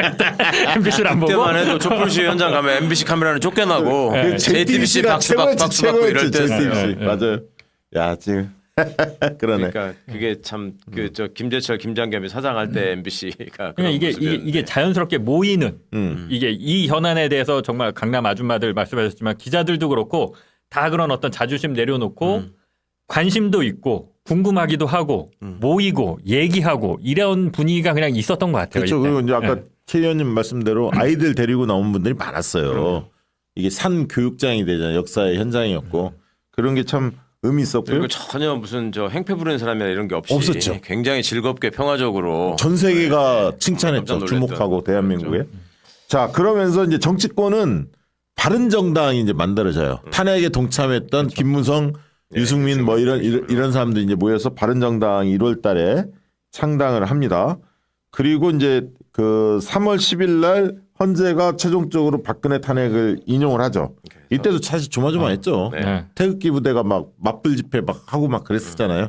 그다음에 이때 이제 박근혜는 이길 거라고 생각하고 케이크 갖다가 놓고 이제 기다리고 있었고 계엄령을 또 계엄령 얘기가 준비하고 나왔었죠. 있었고. 맞아요. 그래서 이게 불안불안했는데 결국은 민심이 결국은 탄핵을 이끌어낸 겁니다. 예. 국민들이 만들어냈다고. 지금 나와서 저 인권위원장 후보자라고 저 말 같지 않은 한심한 소리 하고 있는 안창호가 네. 이 현재 결정부를 내가 좀 쓰게 해달라고 했을 때니까 네. 이때가 이때 헌법재판관이었거든요. 결국 이제 대선에서 문재인 대통령이 승리를 거두죠. 근데 이제 그때 득표율이 이때 경선에서 먼저 경선. 4월 달에 민주당 경선을 치르는데 3인 최성까지 4명이 예. 있거든. 문재인, 안희정, 이재명 최성했는데 문재인 57, 안희정 21.5, 이재명 21.2. 여기서도 안희정, 이재명 박빙을 이룹니다. 네. 정말 엎치락뒤쳐 2, 3위. 왜냐하면 누가 2등인지가 굉장히 중요했어요, 사실. 네. 왜냐하면 2등은 그 다음에 또 네, 대통령 유력 후보로 발돋움하는 게 있기 때문에 이재명 당시 시장도 많은 분들이 좋아했고 그래서 2등이 될 것으로 기대를 했습니다만 결국 이제 안희정 지사가 2등을 했죠. 근소한 차이로. 이렇게 됐고 그다음에 조기 대선이 실시되면서 문재인 대통령이 이제 당선된 그런 과정을 겪게 되는데 그 당시 이제 557만 표 차로 압도적으로 승리하죠. 예. 득표율은 물론 다자구도였기 때문에 40%대였지만 과반을 넘기지는 못했지만 후보가 워낙 많아서 2위 간의 득표 차는 굉장히 컸습니다. 특히 그동안에 안철수가 2등으로 달리다가 여기서 저 홍준표가 밀리죠. 홍준표가 역전하죠. 자, 그 그래프를 한번 보겠습니다. 여론조사 결과 보시면 여기서 반기문이 나올 때 문재인 반기문 순위였어요. 네. 그다음에 이재명 이렇게 순위가 됐었는데 그다음에 이게 지금 첫 번째 띄웠던 게 몇 월 달이었죠? 1월? 예, 1월 달이었죠. 그다음에 넘겨 보십시오. 그러면 2월 달 넷째 주로 바뀌면 반기문이 안 나오니까 이제 이게 이제 2017년 앞에 거는 아까 2017년 1월 달인데 반기문이 그때까지 살아 있었거든요. 네. 반기문 넣고 반기문이 안 난다고 하니까 해봤더니 문재인 안희정, 네. 한교안 안철수 순이에요. 이재명 대표 좀 빠지고요. 그 다음에 4월 달로 넘겨봅니다. 4월 달로 보면 문재인 안철수로 좁혀져요. 네. 왜냐하면 이때는 민주당 경선이 끝나니까 안희정 표를 문재인도 가져가지만 안철수가 안희정 표를 상당 부분 흡수합니다. 예. 그래서 이때가 사실은 굉장히 긴장감이 높여졌어요. 안철수가 막 치고 나올 때거든. 그래서 이때 문재인 캠프에서도 안철수를 어떻게 잡을까 골머리를 앓던 시기가 이때였습니다. 왜냐하면 보수의 홍준표나 이쪽은 다 탄핵 때문에 죽을 썼던 시기였고요. 뒤에 한번 넘겨주시겠습니까? 추이를 보시면 저렇게 보이죠. 제일 위에 있는 게 문재인이고 녹색 계열이 안철수거든요. 한번 딱 붙죠. 저기에. 네. 붙다가 5월달 이제 넘으면서 빠지는 빠집니다. 네. 예, 실제로 선거운동 기간에는 빠지죠. 그다음에 이제 포스터까지 마저 보시고 포스터에서 문재인 후보 저게 나라를 나라답게 든든한 대통령 문재인 이렇게 나와 있죠. 홍준표는 당당한 서민 대통령 지키겠다 자유대한민국 이랬고요. 안철수 저 이름만 크게 하고 저렇게 찍었던 게 기억이 날 겁니다. 자, 이런 거였는데 그때 이제 화제가 됐던 게 TV 토론에서 제가 아바타입니까? 제가 갑철수입니까? 안철수입니까? 요게 이제 TV 토론에서 화제가 됐었죠. 그러면서 안철수가 죽을 쓰기 시작했습니다. 자, 요 과정까지는 한번 다 기억이 날 것 같고. 저때 후보자들 잘 보시면 이재호도 나왔고 맞아, 이재호 나왔어. 남재준도 나왔고. 맞아요. 남재준. 근데 이때 그 캠프에서 아까 말했듯이 늘 중도 통합 확장 이런 걸 주장했는데 그 문재인 캠프에서 시종일관 견제하려고 했던 게 전략 단위에서는 적폐청산의 적장자 이 포지셔닝을 놓치면 우린 위험해진다. 그러니까 왜냐하면 적폐를 청산하자 이게 이제 탄핵의 요구였고 이게 나라냐 예. 이 개념이었기 때문에 그래서 이제 나라를 나라답게라는 슬로건은 사실 제가 만들었어요. 처음에 나라다운 나라를 제가 만들어서 그게 이제 그 송영길 본부장 통해서 전배원 본부장 송영길 본부장 통해서 받아들여서 홍보 쪽에서 이제 나라다운 나라를 나라답게 약간 변형해서 저게 확정지었던 거고요. 그 당시에 이제 문재인 캠프에서는 그 안철수를 겨냥해서 두 가지를 강조했죠. 하나는 뭐였냐면 당과 후보를 묶자. 왜냐하면 당은 이게 왜냐하면 탄핵 국면이었기 때문에 국민들이 불안 심리가 있었거든요. 네, 그리고 인수위가 없이 바로 투입되기 때문에 그래서 국민의당은 미니 정당 소규모 정당일 뿐만 아니라 수권을 해보지 못한 정당이었다. 이걸 강조한 거예요. 예. 민주당은 의석수도 많고 수권 정당이다. 이 경험이 있다. 그리고 인맥 풀, 인적 네트워크 넓다, 많다 이런 걸 강조해서 당과 후보를 붙이는 슬로건을 많이 냅니다. 그래서 든든한 문재인 또 준비된 민주당 이런 걸 사용하면서 그 안철수를 겨냥해서 이제 안정감을 좀 더 주는 측면도 강화하죠. 뭐 이런 전략하에서 넘어갔던 거고요. 그 당시도 통합 중도를 강조했던 국민성장, 노영민 쪽 참 이야기 많이 했습니다만 결국은 후보가 적폐청산의 적장자라는 그 포지셔닝을 놓치지 않고 해서 승리로 이끌지 않았나 그런 생각이 듭니다. 자, 몇 가지만 좀 간단히 그 짚어보고 이제 마무리하시죠. 양정철 문제를 조금 얘기하긴 해야 하는데 당시에 양정철이 청와대 못 들어갔잖아요. 청와대 못 들어갔는데 그 당시에 제가 들은 얘기는 문 대통령 의지였습니다. 그때 뭐 기자들은 어떻게 알고 계셨나요? 전 자세한 건 모르겠고 저도 그렇게 못 들어가는 데는 이유가 있는 거다. 예. 왜냐하면 대통령- 그 청와대는 각 그 정무수석실 뭐 홍보수석 뭐 다 민정수석 다 있는데 이게 수평적으로 돌아가야 하는데 양정철 전 비서관이 들어가면 왜냐하면 사실은 양정철 중심으로 선거가 이루어졌거든요. 모든 게 지금까지는 그렇게 이루어졌는데 양정철이 들어가면 사실상 왕수석 역할을 할 수밖에 없을 거다. 비서실장을 뛰어넘는 모든 정보와 모든 것들이 양정철로 다 집중될 거다. 그래서 그걸 비판하고 견제하는 사람들이 있었어요. 근데 문재인 대통령이 결국은 제가 알기로는 양정철을 들어오는 거를 이렇게 막았고 결국은 윤건영 중심으로 밑에를 짰고 임종석 실장이 들어온 거는 양정철도 임종석 실장이 맞는 게 좋겠다 의견을 낸 걸로 저는 그렇게 들었습니다. 다른 쪽에서는 중진 의원들을 막 얘기를 했었는데 중진 의원들보다는 임종석이 해야 새롭게 나라를 나라답게 이런 기운이 있는데 청와대가 좀 달라져야 한다. 젊은 그룹들이 좀 책임지는 모습을 가자. 그래서 이제 조국은 원래 생각했던 것 같고 문 대통령께서 임종석 실장 이하 또 윤건영의 핵심을 좀 차지하는 그런 과정을 겪었다 이렇게 보여지고요. 그 문재인 정부 초기에 문재인 대통령 그리고 양옆에 임종석 실장과 조국 수석 네. 그리고 이제 이거 벗고 와이셔츠 이거 벗은 거 커피 들고 이 경내에서. 장면이 제가 지금까지 봤던 청와대의 모습 중에서 국민이 봤을 때 가장 흐뭇하고 가장 친근한 청와대의 모습이었던 것 같아요. 예. 맞습니다. 예, 그래서 그때 그거 보고 지지율이 초반에 쉽게 꺾이지 않겠구나 저는 이런 생각은 하긴 했었어요. 그거 그렇죠. 보고. 약간 예. 멋있었죠 사실. 그러니까 문재인 대통령이 안정적이고 중심을 잡아주는데 굉장히 젊고 인물도 좋고 뭔가 일 좀 할 것 같은 예, 참모들이 이렇게 딱 포진되어 있는 모습. 그때가 청와대 좀 잘 돌아갔던 느낌이 있어요. 1년차, 2년차 이럴 때. 그럼요. 우리 남북 문제도 굉장히 적극적인 그 의제들을 던지면서 제언을 하면서 막 풀어가고 국민들의 또 성원도 굉장히 높았고 또 정부가 무엇보다도 무엇을 해야 하는가 하는 책임감 때문에 늘 정말 성심 다해서 열심히 일할 때였고 이제 그 와중에도 이제 뭐 무슨 한 번씩 이제 일들은 계속 터지고 있었지만 국민들은 정말 제대로 된 정부를 우리가 보는구나라는 행복감에 좀 젖어 있을 때고 저는 좀 뒤늦게 합류했습니다만 그때 청와대 근처에서 이렇게 밥 먹으러 점심 때 나가고 그러면 그 청와대 앞에 이렇게 지나가던 차량들이 전부 다 이제 차문을 내리고 이렇게 손을 흔들고 이게 전화 이제 조국 대표를 알아보면 조국 수석 알아보면 지지율이 엄청 높았잖아요. 초반에. 이렇게 경적 울리고 이랬던 기억이 납니다.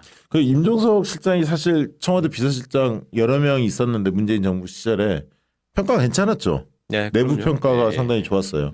그래서 이제 장악력 있다 그런 평가를 좀 받았죠. 어디나 이제 그렇게 집권 후에 사실은 그 다음에 공다툼을 하고 뭐 어느 시대나 역사적으로 그런 과오들이 있잖아요. 네. 그런 것들을 걱정했는데 전혀 그런 일이 없이 근데 이제 정말로 똘똘 뭉쳐 잘 일했어요. 초반에 이제 결정적인 흠 중에 하나가 사실 부동산 문제를 그때 김현미 예. 그다음에 그 김수현 뭐 이런 분들이 제대로 그걸 하지 못하면서 그게 참 뼈아픈 대목이에요. 문재인 정부. 그리고 언론 개혁을 제대로 손보지 못했던.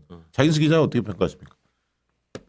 언론 개혁이 저는 기자 입장에서 아쉽죠. 예, 지금 그러니까 KBS, MBC 이 사장 선임 구조, 네. 예, 지배 구조, 요게 아까 얘기했지만 MBC 기자들이 이때 광화문 촛불 집회 나가면 이제 거의 돌맞기 직전의 상황이었거든요. 막 몰래 숨어서 그 중계차 타고 그랬어요. 네. MBC 하면 욕을 하도 먹어서 네. 방송을 할 수 없는 상황이었으니까 그러니까 선배들이 그걸 지켜봤고 그때 언론 개혁에 나왔던 게 조중동이 잘못해서 그런 게 아니라 시민들이 믿었던 MBC, KBS마저 무너지는 걸 보면서 언론 개혁을 해야 되지 않느냐 했던 거고 뭐 이용마 선배가 목소리를 높였던 건데 제 느낌으로는 언론은 항상 그런데 긁으면 부스럼 된다. 이게 아주 강력하게 있는 것 같아요. 정치인들한테. 그러니까 웬만하면 언론이랑 척지고 가지 말자. 왜 그걸 느꼈냐면 MBC 같은 경우는 이제 적폐청산, 특히 이제 그 김재철 이 박근혜 오면서 이 시용 기자들을 엄청나게 많이 뽑았거든요. 네. 이거를 어떻게 할 거냐가 이제 초창기에 정권 바뀌고 그 MBC 사장 바뀌면서 MBC 구성원들은 초유의 관심사였는데 이미 정리가 돼 있더라고요. 윗선에서. 조용히 간다. 해고는 없다. 시용 그 경력 기자들에 대해서 그냥 간다. 그러니까 이게 다 청와대랑 교감해서 이제 MBC 결국은 어떻게 됐나요? 그분들이 지금 많이 남아 있나요? 많이 그대로 다 나갔나요? 그대로 다 있어요? 네. 나간 사람도 꽤 나간 있다고 사람들도 들었는데. 꽤 있는데 그건 이제 자발적으로 나간 거고. 글쎄, 하여튼. 예, 자발적으로 나간 거고 자기가 여기서 재미를 못 보니까 상당수가 그대로 있죠. 예, 예. 그때 그 시용 기자 채용하고 어쩌고 한참 할 때 박문진 이사로 있었으면서 그때 이제 황당한 게 많았잖아요. 면접하면서 무슨 뭐 대선 때 누구 찍었냐, 뭐 네, 고향이 전라도냐, 뭐 그렇지. 이런 거 그런 걸 물어봤어요. 물어봤다는 네. 얘기들이 있었고, 그리고 나중에 이제 기자들한테 들은 얘기로 좀 저기 했던 게 법조 기자들이 저한테 그런 얘기를 해요. 다른 어떤 마이너 매체에 출입하던 기자였는데 오랜만에 그 법조 취재 현장에서 만났다는 거예요. 그러니까 자기하고 기자들도 왜 그 입사 동기들이 같이 네, 저기 사회부 때 뛰면서 뭐 동기라고 하잖아. 예. 그 자기 동기뻘 되는 기자인데 그 쭉 못 만나다가 만났대 법조 쪽에서. 그래가지고 아유 오랜만이라고 웬일이냐고 그러니까 조금 이렇게 멈칫하더라는 거예요. 반가워하지를 않고. 그래서 아유 어떻게 지내냐고 그랬더니 나 MBC로 갔다. MBC로 가서 이렇게 법조 나오게 됐다. 그러니까 이제 이 친구가 아니 법조 안 해보지 않았냐. 법조 전에 해봤었어 저기 있을 때 그랬더니 아니 뭐 요새 뭐 MBC가 그렇잖아. 나 같은 사람. 그러니까 왜냐하면 기자들 사이에서도 네. 법조 취재가 꽤 난이도가 있고 그 저기 한 걸로 친다면서요. 그래서 나름 법조 출입하고 뭐 국회 출입하고 이러는 것들을 지들끼리도 좀 쳐주는데 이제 그 사람 입장에서는 나름의 이제 그 자격지심이 있었던 거야. 내가 지금 법조에 출입할 만한 그런 실력이 아니라는 건 나도 알지만 그리고 내가 MBC 기자를 할 만큼의 그런 준비가 안 돼 있다는 것도 내가 알지만 지금 세상에 이렇게 돼 있지 않냐. 뭐 이렇게 얘기했다는 소리를 들어서. 아무튼 언론 개혁은 제가 봤을 때는 이제 그게 참여정부도 그렇고 이제 문재인 정부도 그렇고 이 언론 개혁 이슈를 정권 말기에 꼭 들고 나왔거든요.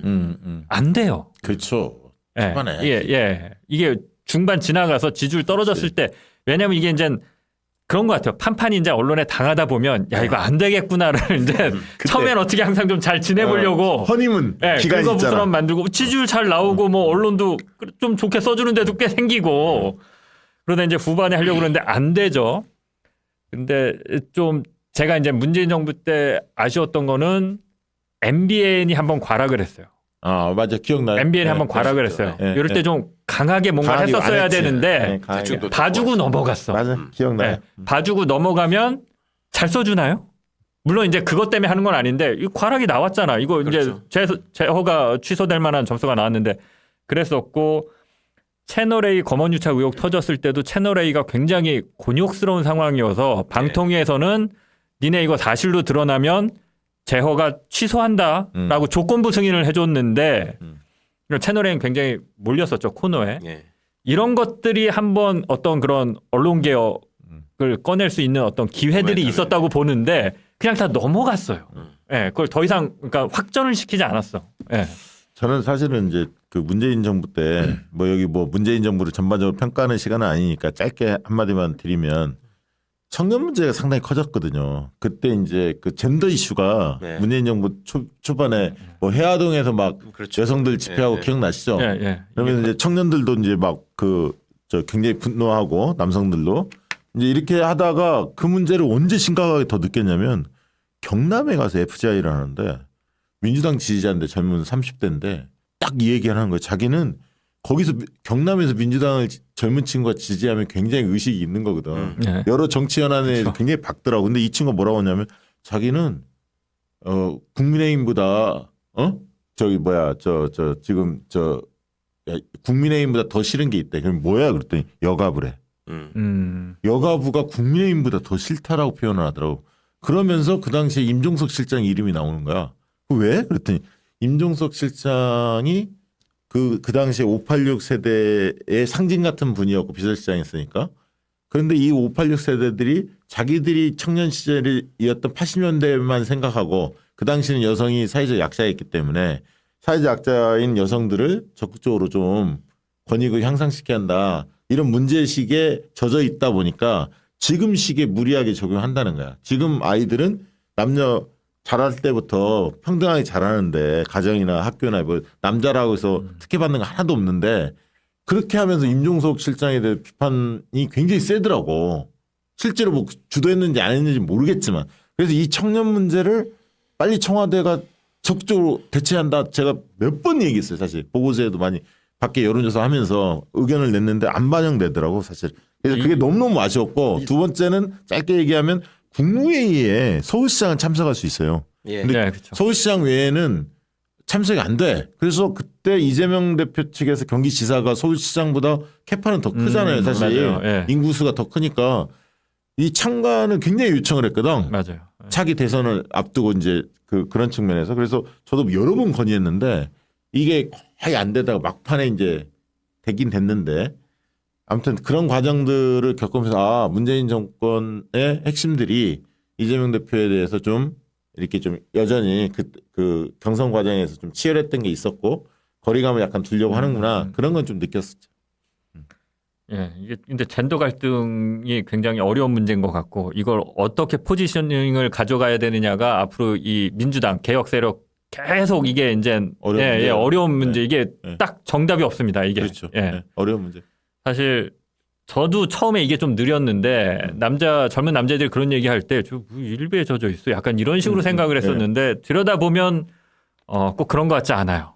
예, 나름대로 합리적인 이유가 있는 것 같아요. 그들이 느끼는 박탈감 각자 있어요. 각자. 예, 다 남자 여자 이해할 다. 수는 없지만 예. 맞아요. 각자 있어요. 이걸 어떻게 조정하느냐가 앞으로 굉장히 중요하죠. 그래서 이제 젊은 남녀들로부터 다 이게 비토당하면 이게 되게 특이한 게 그냥 아예 표를 안 줘버리더라고요. 그러니까 그게 누적이 네. 돼서 어떻게 보면 지난 대선 때 어떻게 보면 쫙 갈라진 거잖아요. 여성은 문재인, 네. 남성은 윤석열 이렇게 간 거 아니에요. 이준석이 그 작업을 했고 갈라치기를 한 네, 거고.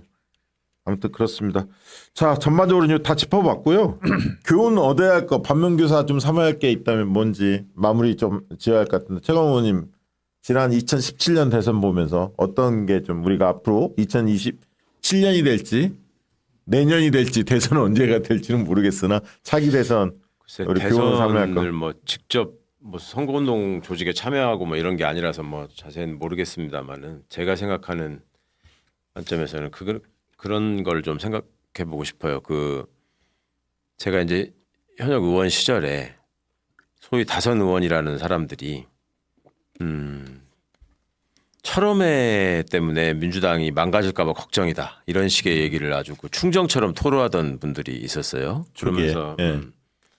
했던 얘기가 정치를 처음 해봐서 다들 잘 모르시겠지만 우리가 집권을 하려고 그러면 우리가 집권을 해야지 대한민국이 그나마라도 조금 더 안정되고 조금 더 나아질 수 있는 길이 생기는데 집권을 하려고 그러면 우리가 의제를 선정하고 선점하고 또 주도하고 해서 가는 걸로는 쉽지가 않다.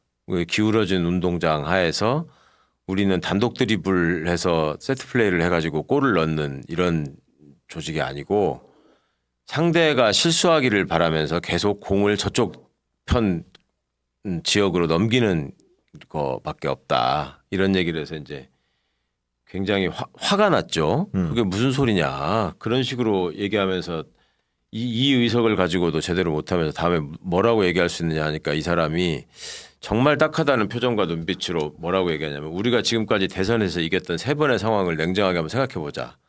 IMF 사태가 없었으면 DJ가 대통령이 될 수 있었다고 생각하느냐.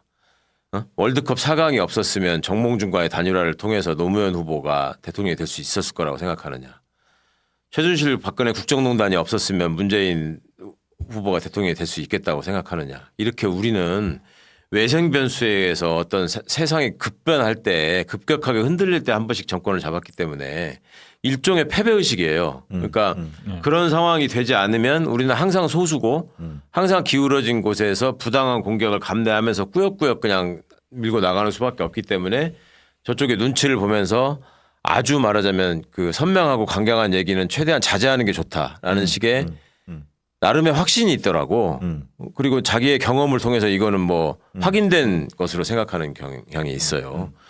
그런데 바꿔놓고 생각을 해보면 국민들의 생각이나 의식 수준이 IMF 이후를 거치면서 쭉 어떤 정부가 우리한테 필요한가라는 거를 저는 조금씩 다 생각하면서 그 과정에서 발전해 왔다고 느끼거든요. 역사라는 건 분명히 퇴행이 한 번씩 있지만 어느 순간에도 국민들은 우리 사회가 우리나라가 어떤 모습으로 발전해야 하는가 그리고 당대 대통령한테서 채우지 못한 거를 뭘로 채워야 하는가 이런 것들을 항상 생각한다.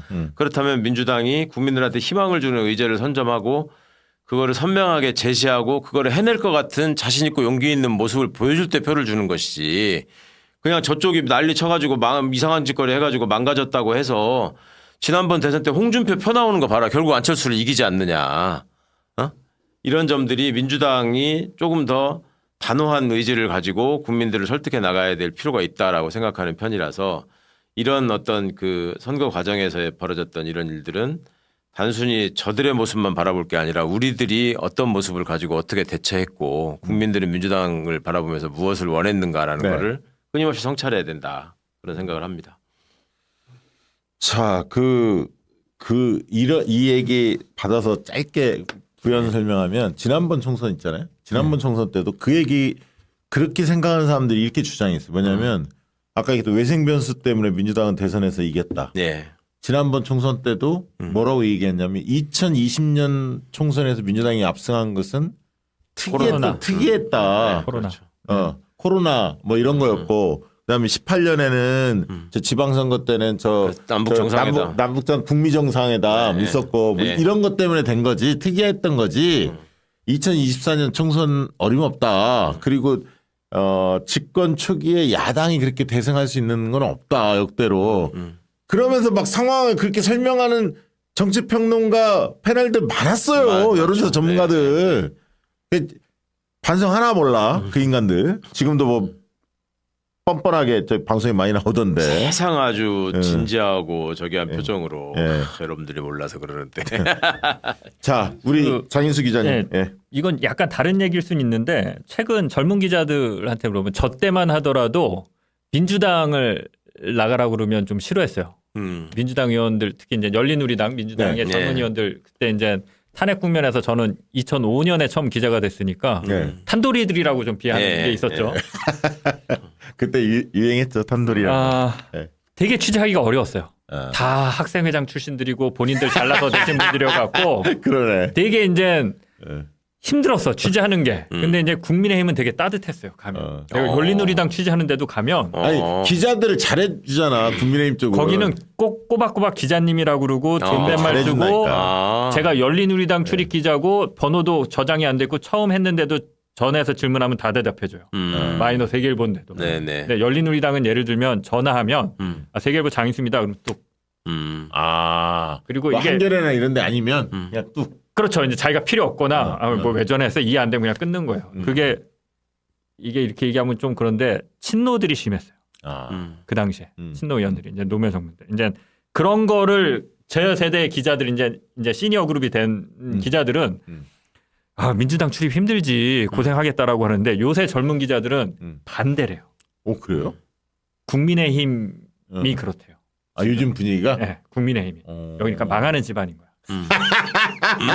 그리고 민주당이 오히려 따뜻하고 얘기가 되고 전화도 잘 받아주고 조선일보, 동아일보라고 해서 이렇게 배척하지 않고 최대한 설득하려고 하고 그게 이제 예전에 국민의 이제 보수 정당이 잘 될 때 늘 집권하고 늘 언론이 우리 편이었으니까 그쪽은 그렇고 말씀하신 대로 열린우리당이나 민주당 이제 언론에 대해서 좀 그러니까 늘 손해 보고 언론으로부터 공격당하는 거니까 이제 방어적일 수밖에 없는 거는 저도 이해는 하는데 요거 이제 다른 얘기인데 최근에 이렇게 보면 기자들 젊은 기자들 이렇게 얘기해 보면 다 알아요. 여기 망가가고 있고 되게 얘기 안 되는 곳이라는 거. 네. 그래서 아무튼 이건 좀 다른 얘기인데 그냥 생각나서 했고 제가 이제 드리고 싶은 말씀은 유튜브 생기고 나서 정치인들이 언론을 통하지 않고 자기 채널이나 이런 걸 통해서 지지자들이랑 직접 소통하다 보니까 생기는 게 지지자들, 코어 지지자 그룹이 형성되고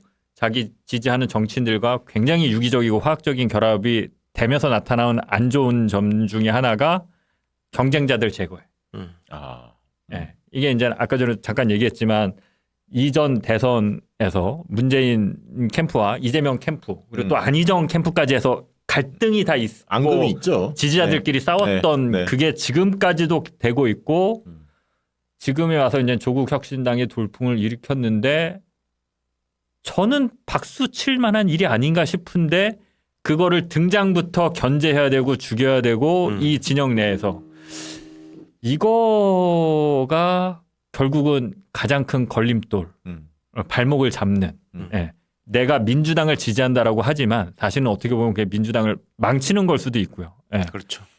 노무현 대통령이 되는 과정을 보면 처음부터 잘 됐던 게 아니라 다 물리치면서 극복하고 승리하고 이기고 안 되는 것들을 해나가면서 감동을 줬던 거잖아요. 그렇죠. 예. 근데 지금 어떻게 정권도 뺏긴 민주당 야당이 경쟁 후보들을 죽이고 내가 지지하는 후보가 살아 있어야 이게 가서 먹는다고 생각해요. 이렇게 되면 기자 입장에서는 기사 쓸 일 없고요. 후보가 이미 정해져 있으면 재미없는 거고요. 저쪽에 쳐다보지도 않아요. 예. 이쪽에 그러니까 윤석열이 검찰총장으로서 했던 게 민주당의 대선 후보들 다 죽였잖아요.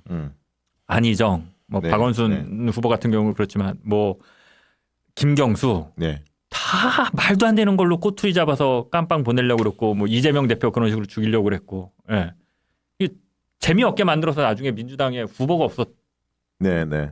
거였는데 좀 그런 부분에 대해서 좀 뭐라고 그럴까 한 발짝 떨어져서 여유를 갖고 이렇게 보면은 훨씬 뭐라고 그럴까 재밌고 예, 즐기면서 이렇게 볼 수 있을 것 같은데 지금 다들 자신이 정치인 된 것 같고 과몰입해서 내가 지지하는 사람만 어떻게 이거 좀 그러시지 않아도 될 것 같아요. 네. 예. 저는 그 얘기 좀 하나 드리고 싶은 게 이제 이재명 대세론이 현실적으로 좀 존재하는데 그 뭐 오늘도 뭐 여론조사 나왔습니다만 오세훈 뭐 한동훈 이재명 대표와 붙여보면 격차가 엄청 많이 나거든요. 그러니까 이제 그야말로 이재명 대세론은 분명히 있다고 봅니다. 다만 이제 이재명 대표가 여전히 이제 악마시키는 그런 어떤 흐름이 존재하다 보니까 비호감도가 꽤 높은 건 또한 사실이에요. 좋아하는 분들 호감도도 있지만 비호감이 여전히 높거든요. 비호감을 낮추기 위해서는 이제 다양한 시도들이 있어야 할 것 같은데 과거 이제 우리가 앞으로 3탄이 이제 97년 DJ 집권을 이제 다뤄볼 텐데 이 뉴 DJ 플랜을 어떻게 가져갔는지를 잘 지켜볼 필요가 있고 이 2017년 대선에서 반면교사 삼아야 할 것은 저는 아까 문재인 대통령이 당대표 때 그리고 당대표 이전부터 시작했던 인재 발굴 네. 천하의 인재들을 미리 쭉 만나보면서 그 사람들을 인재 영입 시기에 쫙 하잖아요. 그때 2010년 표창원부터 시작이 쫙 했잖아요. 그런 것을 이재명 대표가 구상하고 계시한다. 지금부터. 그리고 재수의 특히 이제 광흥창 팀 같은 그 실무 탄탄한 사람들 있지 않습니까? 이런 코어 그룹들이 확실하게 그런 사람들을 그것도 이제 그 굉장히 능력자들이거든요. 코어 그룹들이 그런 사람들을 잘 발굴해서 팀을 잘 짜야 할 것 같다. 그리고 지금 장인수 기자님이 얘기했던 지지자들끼리의 어떤 분열 요소를 최소화하면서 단결된 통합된 그런 흐름을 잘 만들어내는 게 이재명 대표에게 부여된 과제가 아닌가 그런 생각 가져봅니다. 자, 오늘 2탄 짚어봤습니다. 2017년 여러분들 기억하시죠? 촛불 그리고 탄핵으로 이어졌던 2017년 문재인 대표의 당선 그래서 민주정부 3기가 그렇게 이루어졌는데요. 자, 저희는 내일 아마 또 한 편이 올라올 겁니다. 내일 올라오는 내용은 97년 최초의 수평적 정권 교체 김대중 대통령이 어떻게 빨갱이로 내몰렸고 정말 김대중 비자금 수사 뭐 등등등등 난리가 아니었는데 그리고 IMF도 있었고요. 그 어려운 상황들을 어떻게 뚫고 김대중 대통령이 집권을 했는지 그거를 다뤄보도록 하겠습니다. 3탄에서 오늘 방송은 이것으로 마치도록 하겠습니다. 고맙습니다. 고맙습니다. 감사합니다.